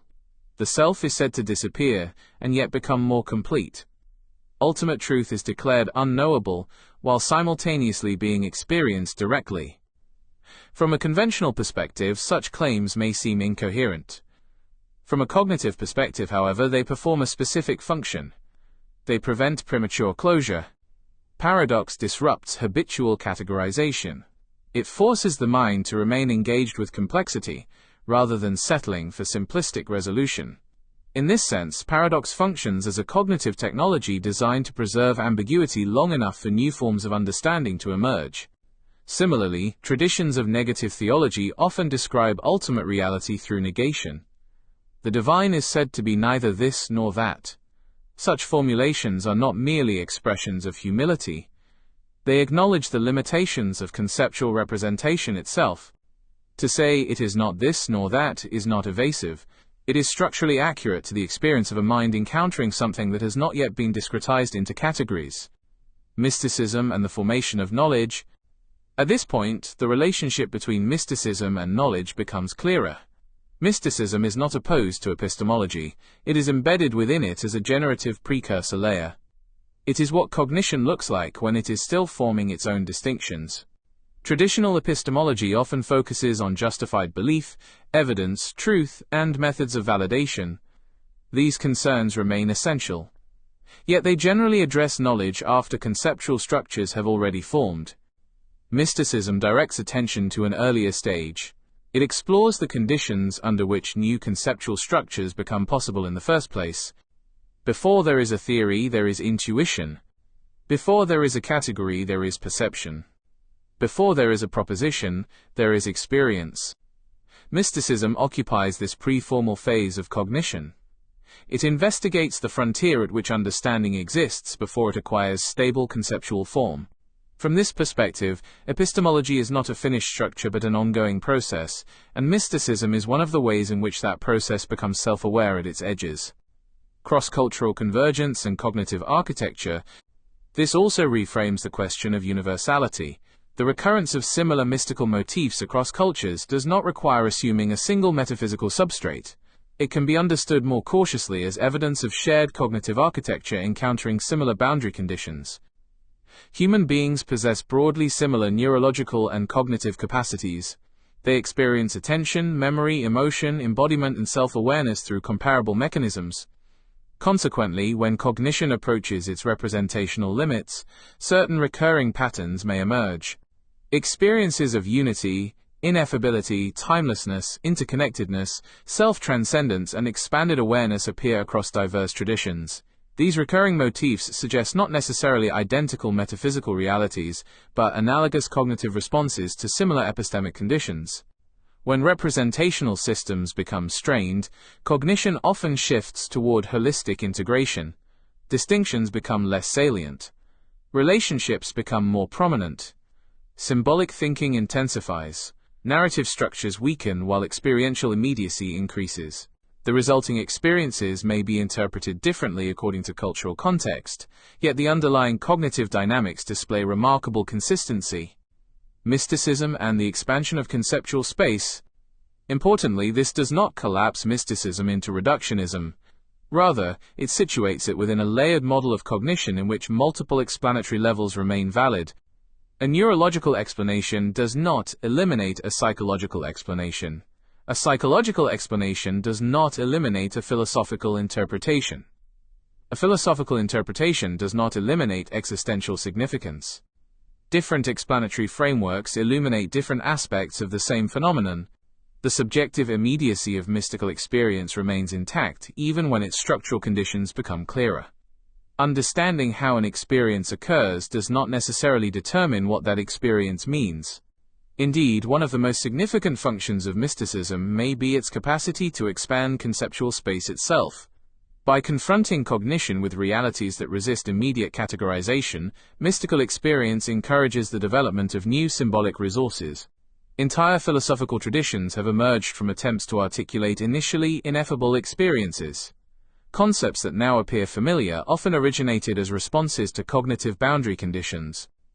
Mysticism therefore participates in intellectual evolution. It expands the horizon of possible thought. Mysticism as an epistemic sensing mechanism. From this vantage point, mysticism can be seen as a kind of epistemic sensing mechanism. It detects when existing conceptual frameworks are no longer sufficient and forces a reorganization of symbolic structure. This process resembles adaptive responses found elsewhere in complex systems. When established models fail, new organizational principles become necessary. The system either evolves or stagnates. Human cognition appears capable of a similar response. Faced with conceptual inadequacy, it generates exploratory symbolic structures. These structures initially appear as metaphors, visions, myths, intuitions, or paradoxes. Over time, some of these structures become refined into philosophical systems, scientific theories, artistic movements, or theological doctrines. The process begins not with certainty, but with ambiguity. Mysticism therefore occupies a unique position within cognitive development. It functions as an exploratory mechanism operating beyond the boundaries of established representation. From intuition to formal knowledge, this helps explain why mysticism often appears ahead of formal knowledge systems. It occupies the pre-theoretical space where intuition and symbolic compression outpace analytic formalization. Many intellectual breakthroughs begin as vague intuitions. The insight arrives before the explanation. A pattern is recognized before it can be justified. A possibility is sensed before it can be demonstrated. Only later does formal reasoning stabilize these intuitions into systematic knowledge. The history of ideas repeatedly demonstrates this progression. Exploratory imagination often precedes rigorous analysis. Vision comes before verification. Mysticism inhabits this initial phase. It does not replace analytical reasoning. Rather, it provides raw material from which later forms of structured knowledge may emerge. The movement is therefore not simply from ignorance to knowledge. It is a transformation from unstructured awareness to progressively stabilized representation. Thinking at the edge of the known. Seen in this way, mysticism is not a marginal phenomenon. It is a structural feature of cognition operating at the threshold where epistemology is still under construction. It marks the point where the mind encounters the limits of its own categories and, in response, generates new symbolic pathways to continue thinking beyond them. Mysticism is therefore neither the abandonment of reason nor the rejection of knowledge. It is the exploration of the conditions under which new knowledge becomes possible. It occupies the frontier between what can already be understood and what is only beginning to emerge. At this frontier, language becomes symbolic, concepts become fluid, and certainty gives way to exploration. Yet cognition does not cease. It adapts. It reorganizes. It experiments with new forms of representation. Mysticism, understood in this way, is the cognitive interface of epistemic liminality. It is the mind becoming aware of its own boundaries and simultaneously discovering the means to move beyond them. In doing so, it reveals not the end of knowledge, but the continual process through which knowledge renews itself at the edges of the unknown. Part 9. Pantheism and Panentheism, Cognitive Interpretations of Mystical Experience. From experience to interpretation. When mystical cognition is translated into metaphysical language, it tends to stabilize into interpretive frameworks that attempt to account for the felt sense of unity, depth, or totality reported in contemplative states. Two of the most persistent frameworks in this regard are pantheism and panentheism. These are not empirical claims in the strict sense, but conceptual models, attempts to map the structure of experience onto a theory of reality. Pantheism asserts, in its simplest form, that reality and divinity are identical. Everything that exists is, in some sense, divine. Panentheism, by contrast, proposes a more layered model. The divine encompasses the universe but is not exhausted by it. The world is within the divine, but the divine exceeds the world. On the surface, this is a theological distinction. At a deeper level, it can also be read as a difference in how human cognition structures totalizing experience. The purpose of this chapter is not to determine which of these frameworks is ultimately correct. Such a determination would lie beyond the scope of cognitive inquiry. Rather, the aim is to examine why these particular frameworks arise so frequently in response to mystical experience, and what this reveals about the relationship between cognition, symbolism, and metaphysical interpretation. Mystical experience and the search for ontology. Mystical states often carry a strong phenomenological feature, a collapse of ordinary subject-object distinction. The sense of separation between observer and observed becomes attenuated, and experience appears unified, interconnected, and profoundly meaningful. Time may seem suspended. Boundaries between self and world may soften or disappear altogether. The resulting experience is frequently accompanied by a conviction that one has encountered a deeper level of reality. Yet experience alone does not automatically produce doctrine. Once the experience subsides, cognition begins the task of interpretation. The mind seeks concepts, categories, and explanatory structures capable of making sense of what has occurred. This search for explanation is unavoidable. Human beings are meaning-making creatures. Experiences that challenge existing conceptual frameworks generate cognitive pressure. The mind responds by constructing narratives and models that restore coherence. When confronted with experiences of radical unity, two broad metaphysical possibilities often emerge. The first interprets unity as identity. The second interprets unity as participation within a greater whole. These become, respectively, the foundations of pantheistic and panentheistic thought. Mysticism and metaphysics, similarities and differences.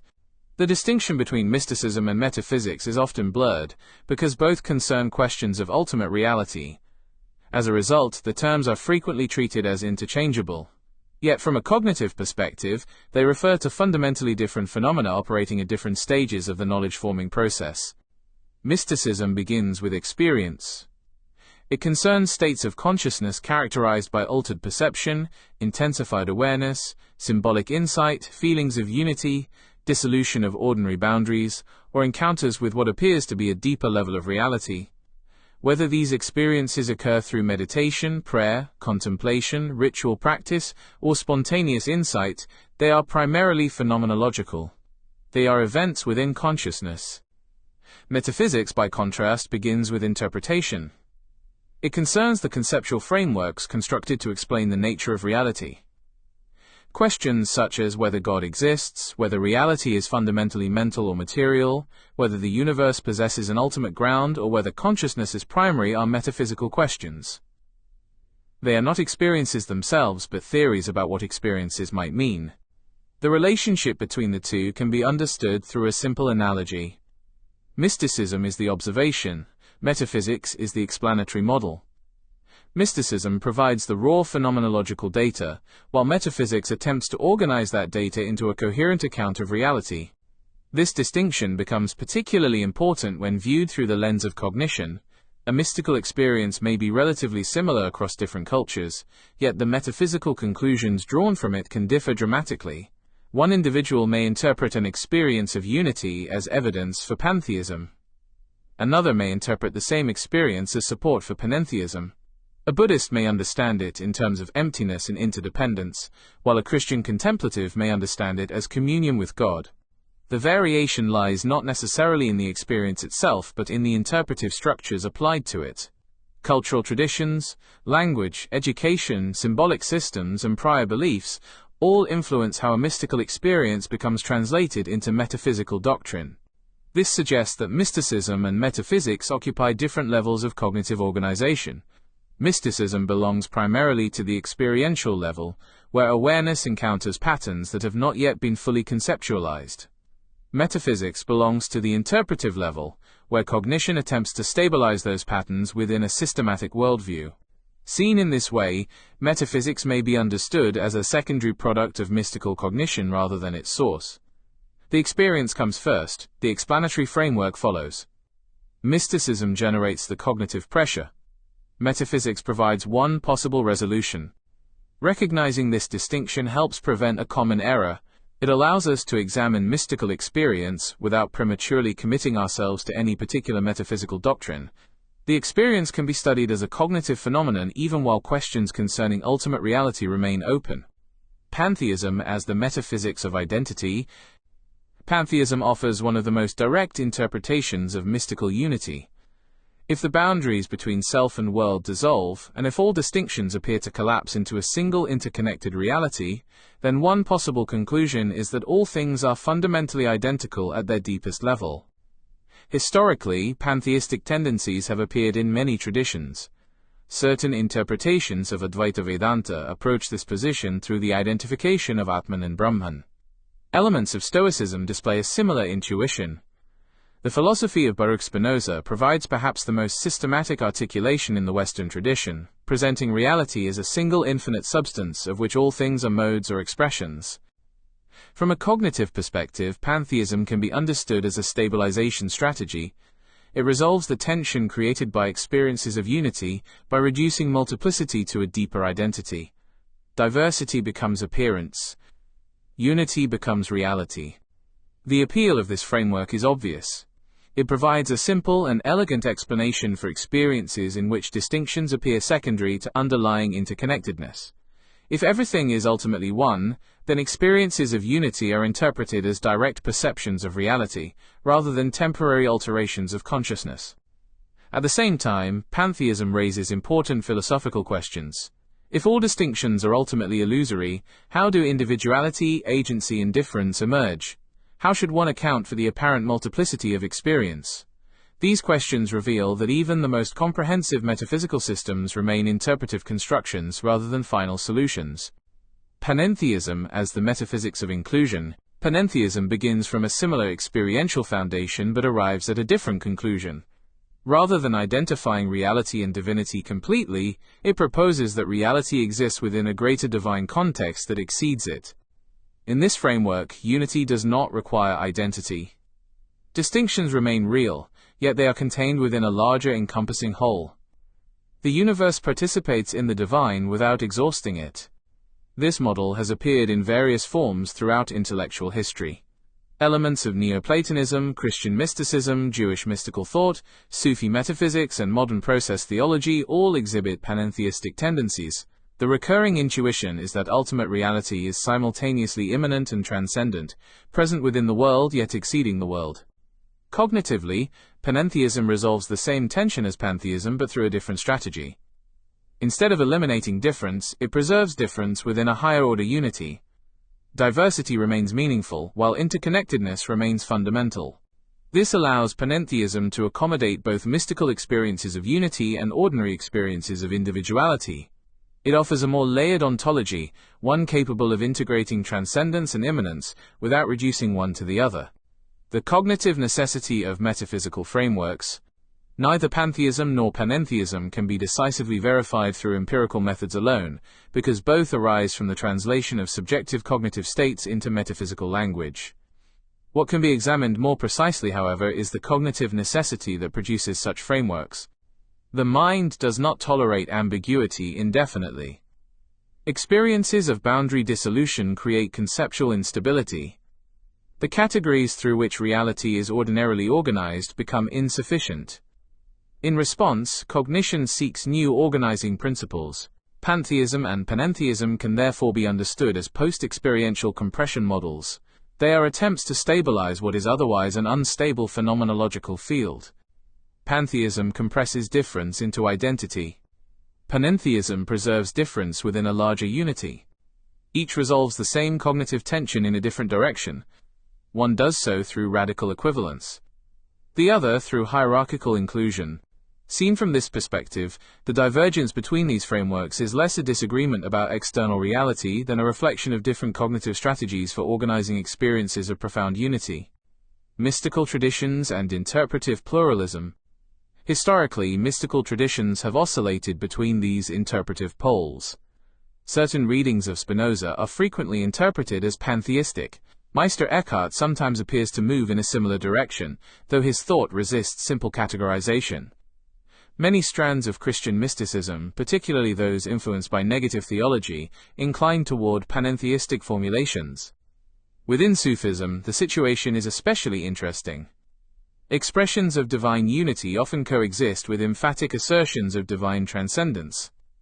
The writings of Ibn Arabi, Rumi, and Hamza Fansuri reveal an ongoing tension between identity and transcendence, immanence and otherness. What this suggests is not doctrinal inconsistency but cognitive pluralism. Mystical cognition does not produce a single metaphysical output. Instead, it generates a field of interpretive possibilities, each attempting to account for the same underlying experiential structure. The diversity of mystical doctrines may therefore reflect the flexibility of human cognition rather than the existence of fundamentally different experiences. The provisional nature of metaphysical conclusions. From a cognitive perspective, both pantheism and panentheism are higher-order symbolic stabilizations. They take a transient, non-propositional experience and convert it into a structured worldview. This process is necessary if mystical insight is to be communicated, transmitted, debated, or integrated into broader systems of thought. Without such stabilization, mystical experiences would remain private events with little cultural or intellectual impact. Yet the resulting framework should not be mistaken for the experiences themselves. Every metaphysical model involves abstraction, simplification, and conceptual reconstruction. The map is not the territory. For this reason, both pantheism and panentheism remain provisional. They do not exhaust the phenomenon they attempt to describe. They are interpretive endpoints of a deeper cognitive process that precedes metaphysical commitment. Seen in this way, they function less as final answers than as directional markers, ways of orienting thought after encountering the limits of ordinary epistemic structure. From interpretation to speculation, seen within the broader arc of this book, the distinction between pantheism and panentheism reinforces a central claim. Mystical experience is not primarily a source of doctrinal knowledge, but a generator of interpretive structures. It produces cognitive pressure at the boundaries of representation, and metaphysics emerges as one of the ways in which that pressure is resolved. Pantheism and panentheism, therefore, need not be understood as competing truths about reality. Rather, they can be viewed as alternative cognitive strategies for organizing experiences of unity that exceed ordinary conceptual categories. One resolves the tension by identifying reality and divinity as one. The other resolves it by preserving transcendence within a larger encompassing whole. Both are intelligible responses to the same phenomenological challenge. Importantly, neither framework can claim final epistemic authority. Both remain provisional attempts to stabilize experiences that arise at the frontier of cognition. They function less as conclusions than as orienting hypotheses, maps drawn from encounters with territory that remains only partially explored. This recognition invites a more cautious intellectual posture. If mystical cognition generates multiple plausible metaphysical interpretations, then the question is no longer which interpretation must be true, but how human beings should think when confronted with possibilities that cannot yet be decisively confirmed or falsified. At this point, we arrive at the final stage of the inquiry.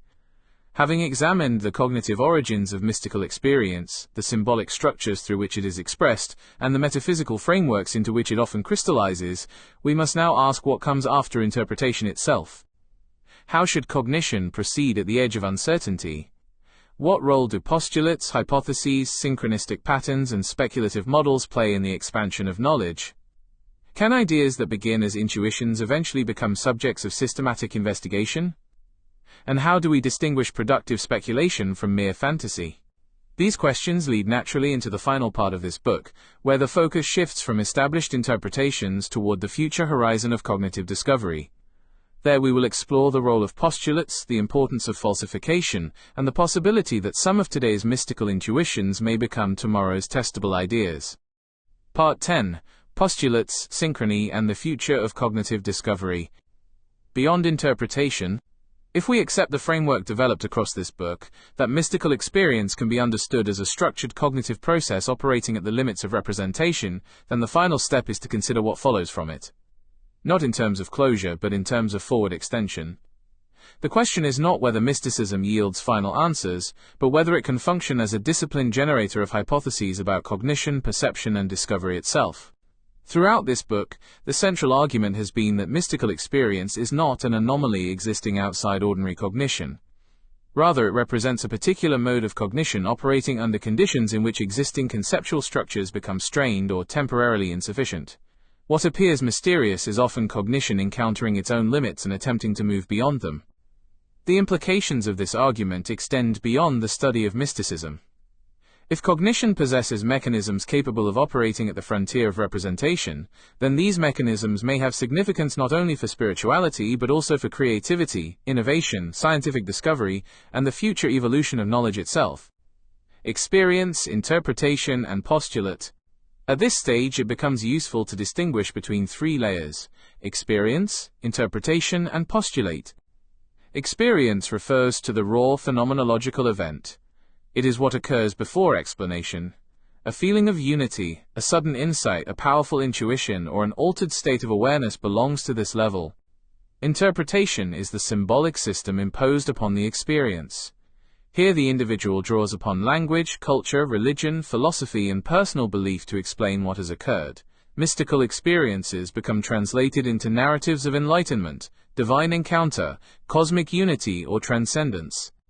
Postulate occupies a unique position between interpretation and formal science. A postulate is neither a purely subjective experience nor a fully established theory. It is a structured speculative proposition motivated by observation but not yet verified through systematic investigation. This distinction is important because much confusion arises when these levels are conflated. Experiences are often mistaken for evidence. Interpretations are often mistaken for facts. Postulates are often mistaken for conclusions. A mature epistemology requires keeping these layers distinct while recognizing their relationship. Experience generates questions. Interpretation generates meaning. Postulates generates avenues for investigation. The role of speculation in human knowledge. Speculation has acquired an unfortunate reputation in many intellectual circles because it is frequently associated with unfounded claims. Yet without speculation, no new field of inquiry can emerge. Every major scientific revolution began as a speculative possibility. The heliocentric model, the existence of atoms, continental drift, relativity, quantum mechanics, and natural selection all began as ideas that exceeded the available evidence of their time. The crucial distinction is not between speculation and non-speculation. The crucial distinction is between disciplined speculation and undisciplined speculation. Disciplined speculation remains aware of its provisional status. It recognizes uncertainty. It invites testing. It accepts the possibility of failure. Undisciplined speculation converts possibility into certainty before justification exists. Mysticism has historically generated both forms. It has inspired profound philosophical inquiry, but it has also encouraged dogmatic certainty. The challenge is therefore not to eliminate speculation but to place it within an epistemological framework capable of self-correction. Synchrony and the mystery of simultaneous discovery. One of the most intriguing directions in this space is the phenomenon of synchrony in discovery. Across the history of science and mathematics, we observe repeated instances of multiple independent invention, similar ideas emerging in different places at roughly the same time. The development of calculus by Newton and Leibniz remains the most famous example. Similar patterns can be observed in evolutionary theory, technological innovation, and numerous scientific breakthroughs. The conventional explanation appeals to shared intellectual environments, accumulated knowledge, and convergent problem-solving pressures. This explanation is persuasive and often sufficient. Human beings confronting similar problems with similar cognitive tools frequently arrive at similar solutions. From a cognitive standpoint, synchrony can therefore be framed as the convergence of distributed problem-solving systems operating under comparable constraints. Minds embedded within similar informational ecosystems tend to produce analogous outputs when they encounter similar epistemic bottlenecks. In this sense, multiple discovery is not anomalous but expected. It reflects the structural regularities of cognition itself. Yet the phenomenon continues to invite reflection because of its subjective dimension. Participants often describe discoveries not as gradual constructions, but as sudden arrivals. The insight appears unexpectedly, fully formed, as though emerging from somewhere beyond ordinary reasoning. The phenomenology of insight. This experiential texture deserves attention. Many thinkers, artists, scientists, and mystics report moments of abrupt clarity. A solution appears after prolonged uncertainty. A pattern suddenly becomes visible. A previously intractable problem reorganizes itself into coherence. Psychologically, such moments can often be explained through unconscious processing. The mind continues working on problems outside conscious awareness until a threshold of integration is reached. Nevertheless, the subjective experience remains striking. Insight frequently feels discovered rather than manufactured. Historically, this has given rise to interpretations involving inspiration, revelation, divine guidance, collective consciousness, or other forms of transpersonal influence. The cognitive approach neither accepts nor dismisses these interpretations automatically. Instead, it asks a different question: what kinds of processes generate the experience of sudden knowing?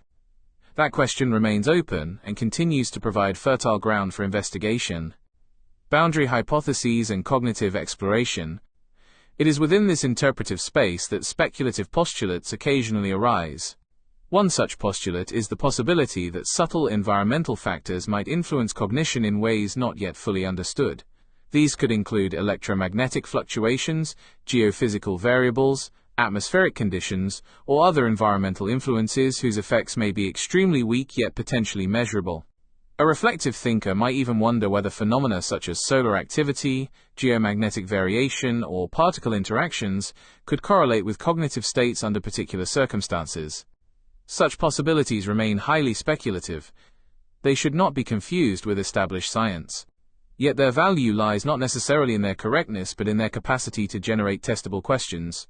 A boundary hypothesis functions as an intellectual probe extending beyond current knowledge. Most such probes will fail. Some may reveal unexpected relationships. The history of science suggests that both outcomes are valuable. The discipline of falsification. Importantly, speculative postulates only become intellectually meaningful when subjected to the discipline of falsification. The philosophical framework associated with Karl Popper remains relevant here. A proposition gains scientific significance not because it sounds plausible, but because it can, in principle, be proven wrong. The willingness to expose an idea to potential failure is what separates inquiry from dogma. A claim concerning environmental influences on cognition would therefore require clear definitions, measurable variables, predictive power, and conditions under which it could be rejected. Without these elements, speculation remains philosophy or imagination. With them, speculation becomes science in its earliest developmental stage. This principle applies equally to mystical claims. The fact that an experience feels profound does not guarantee that its interpretation is correct. Cognitive humility requires distinguishing certainty of experience from certainty of explanation. Mysticism and cognitive evolution. This brings us to a broader point about the role of mysticism in cognitive evolution. If mysticism is understood as the mind operating at the boundary of its representational capacity, then speculative postulation becomes one of its downstream expressions in disciplined form. Mysticism generates novel patterns. Symbolic systems organize those patterns. Postulates transform them into questions. Science attempts to answer those questions. Viewed in this way, these domains are not necessarily antagonistic. They represent different stages within a larger process of knowledge formation. Mysticism occupies the exploratory frontier. Philosophy organizes possibilities. Science evaluates them. The boundaries between these activities are real, but they are also permeable. Throughout history, ideas have frequently migrated from one domain to another. What begins as intuition may eventually become hypothesis. What begins as hypothesis may eventually become established knowledge. An integrated model of discovery. The future of cognitive discovery may therefore lie in a careful integration of three modes: phenomenological attentiveness, symbolic interpretation, and formal constraint. Phenomenology provides access to lived cognitive events. Symbolic systems allow those events to be communicated, compared, and culturally preserved.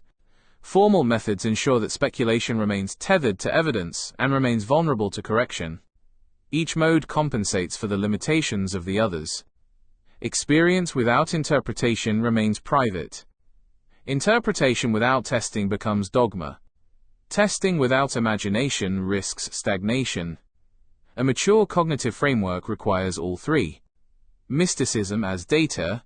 Within such a framework, mysticism is no longer a marginal curiosity or a purely theological category. It becomes a potential source of data concerning the operation of human cognition under unusual conditions. This does not mean that mystical interpretations should be accepted uncritically, nor does it mean they should be dismissed automatically. Rather, mystical reports can be examined as structured cognitive outputs generated under specific psychological and phenomenological conditions. The experiences themselves become objects of study. Their interpretations become hypotheses. Their recurring patterns become data. This approach preserves intellectual rigor without sacrificing intellectual curiosity.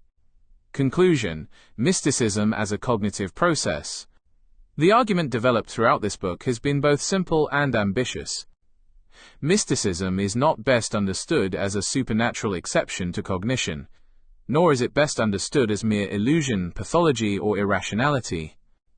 Instead, it can be understood as a cognitive process. From the inner dialogues described by Socrates and Descartes, through the symbolic traditions of India, China, Judaism, Christianity, and Islam, to the psychological insights of R.D. Laing and contemporary theories of inner speech, a consistent theme emerges. Human cognition possesses the capacity to operate beyond ordinary conceptual boundaries. When it does so, it generates experiences that are often symbolic, unitive, paradoxical, and difficult to articulate. These experiences become stabilized through language, myth, theology, philosophy, and metaphysics. They generate interpretive frameworks such as pantheism and panentheism. They inspire new ways of thinking about reality.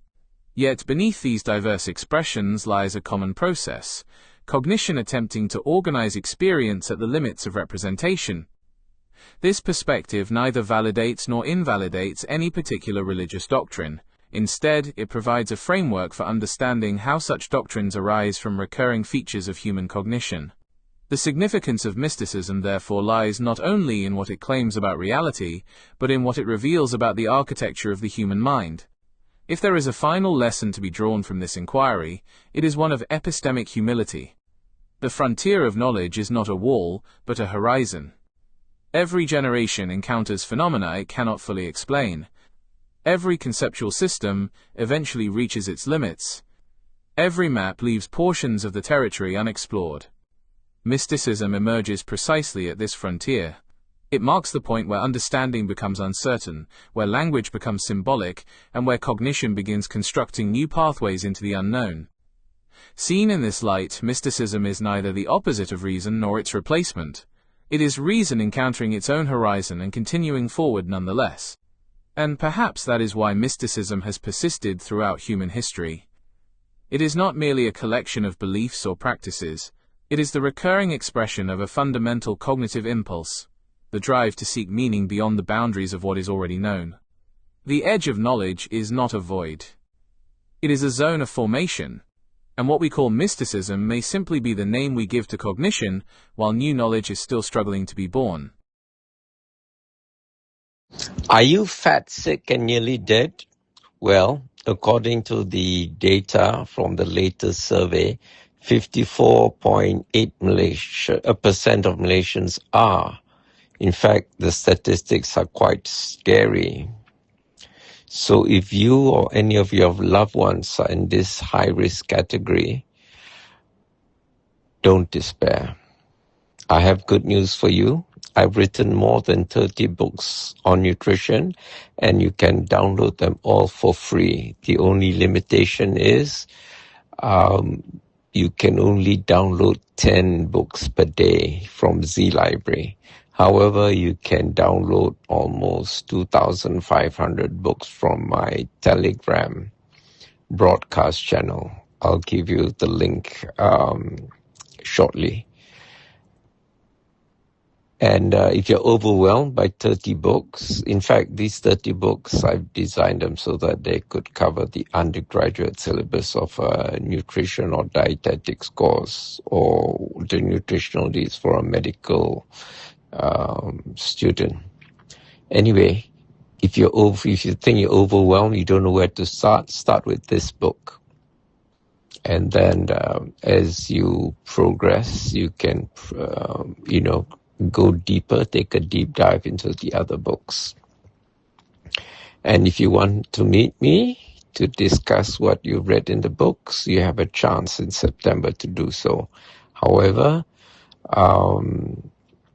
There are 5 places already been taken up, and there are limited seats, so the sooner you register, the sooner you'll reserve a place for yourself. Attendance is by donation, so details are in the following video.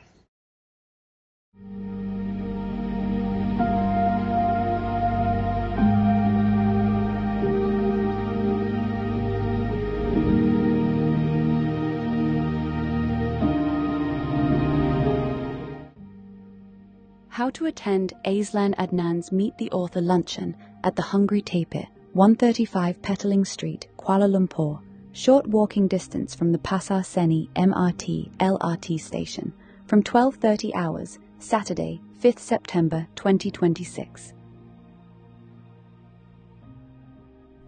Step 1. Download all my 30+ books on nutrition for free from Z Library using this URL.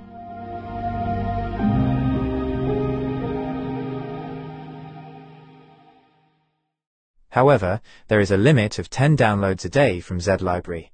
The workaround is to download them, and 2,250 plus others, from my Optimal Health Community Telegram broadcast channel at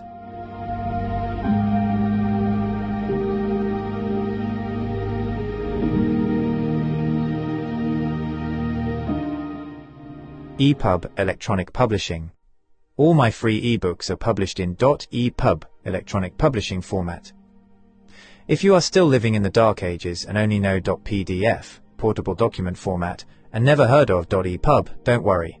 You are about to have a mind-blowing experiential learning journey. If you use an Apple device, .EPUB files open in the Books app. If you are an Android user, use Universal Book Reader or a similar app. If you need further instructions on how to read .EPUB documents, just ask your favorite AI app to teach you. If you have never used an AI app before, start with Grok, Gemini, or ChatGPT. Then move on to DeepSeek, Claude, or Kling later. Step 2. I have put all my books in the public domain, and you may share them freely. In fact, I strongly implore you to do so. Viralize them, make sure they reach every person who needs the knowledge contained in them. In Malaysia, the most recent data from the National Health and Morbidity Survey 2023 shows that 21.8% of adults are obese and 32.6% are overweight. This means the total combined rate is 54.4% of adults. Scary huge percentages of Malaysians are diabetic or suffer from other non-communicable diseases, NCDs. To be specific, in Malaysia, about 15.5% of adults have chronic kidney disease, CKD, up from 9.1% in 2011. Around 21.4% of adults aged 30 and above are at high risk of cardiovascular disease, CVD. Among older adults, about 8.5% have dementia, equating to roughly 260,000 people as of 2022. A nation is only as strong as its human capital. How strong can a nation be if more than half its population is fat, sick, and nearly dead? Of what good can you be to your family if you are fat, sick, and nearly dead? You owe it to yourself to be the best version of yourself that you can possibly be. Step 3. Read the books, follow whatever advice that makes sense to you. If something doesn't make sense to you, or causes cognitive dissonance, you can ask me clarifying questions on the 5th of September. Also, be prepared to report on the 5th of September what improvements in your health you have noticed. So far, one person has seen her total cholesterol level drop from always above 5 to 4.6. Another has resolved a chronic constipation issue. I have written 2 books on human stool classification and stool analysis. Another person who wakes up every morning with a white layer of mucus on her tongue for more than half her life now wakes up with a clear tongue.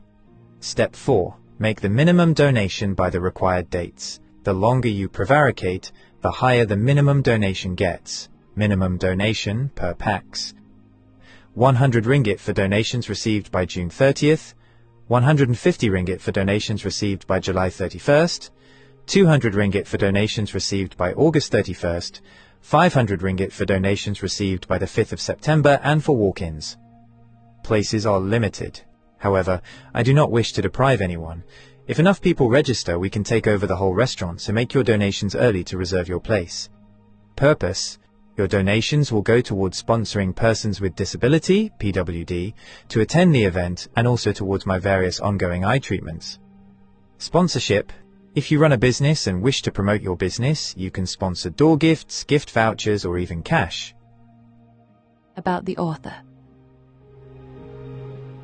Azlan Adnan, M.A., is a visually impaired writer and independent researcher whose work focuses on nutrition science, food systems, and the biological foundations of human health. His writing explores how natural foods contain complex compounds that interact with human physiology to support long-term well-being. He has a particular interest in plant-based bioactive compounds, including polyphenols, carotenoids, flavonoids, and other phytochemicals found in fruits, vegetables, herbs, spices, algae, and fungi.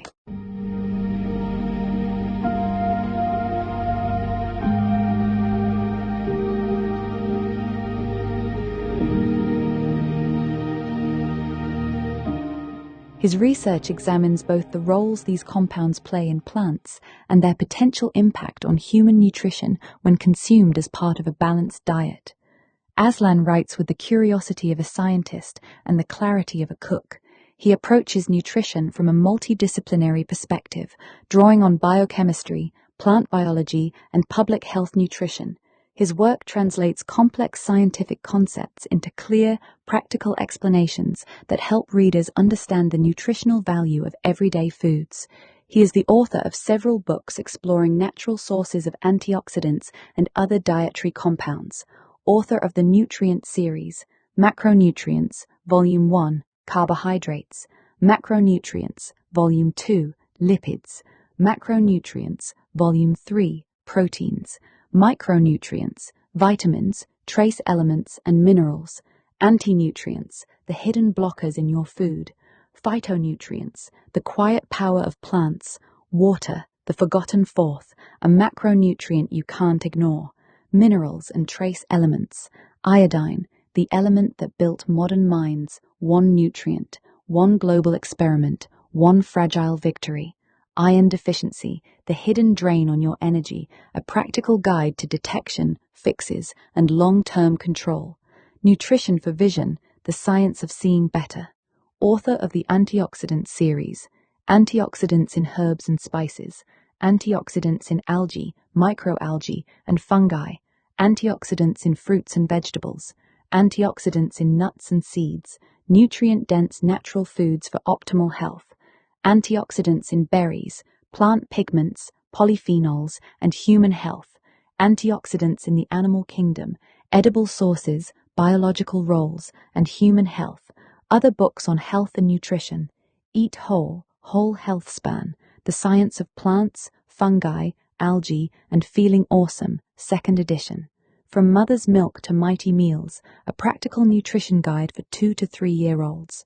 A Spoonful of Purple, The Story of Ribena, The Geometry of Mouthfeel, Tuberculosis Briefing Paper, 2nd edition. Azlan's 5-Powder Manifesto, Eating the Greek Way, How Cultural Habits Support Health Without Trying. Ideology on a Plate, How Robert F. Kennedy Jr. Turned U.S. Dietary Guidelines into a Scientific Farce. Maslow in 2026, Human Feces, Know Your Shit, Visual Acuity and Its Measurement. These works form part of an ongoing series exploring the chemistry, biological roles, and nutritional significance of bioactive compounds from whole food sources. With a Master's in International Business and Management from the University of Westminster and a postgraduate certificate in teaching from Royal Holloway, University of London, Azlan approaches every page like a classroom, breaking down complex ideas with precision and clarity so anyone can follow along. Building on this foundation, Azlan advocates a practical, food-first approach to nutrition. His work emphasizes whole foods, dietary diversity, and balanced eating patterns, rather than reliance on isolated nutrients or supplements.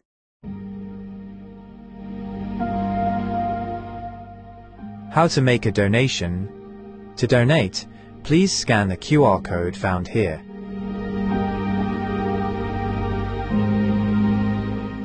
or use the banking details found here.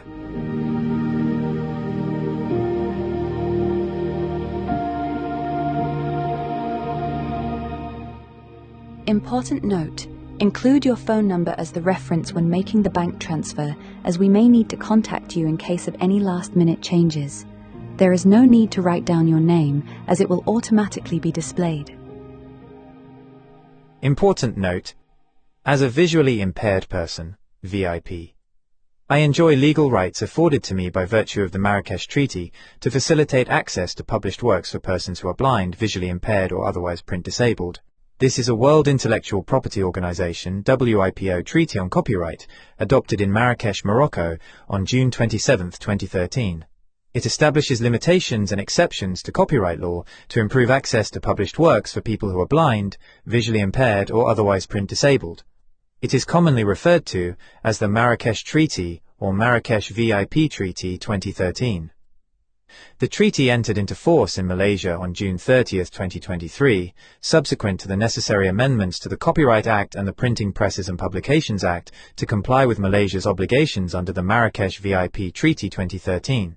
As a VIP, I have the legal right to import, export, distribute, edit, reformat, and modify copyrighted work without permission from the copyright owner. While distribute means I can freely give away copyrighted work to anyone I please, if you as the recipient are not a person with disability, you can only keep the work for your own personal use and may not share them with a third party. In Malaysia, unlike most other countries, the rights afforded by the Marrakesh Treaty are granted to all persons with disability, PWD, not just to the blind and visually impaired BVI community, and also granted to their caregivers and to those acting on the express instructions of a PWD.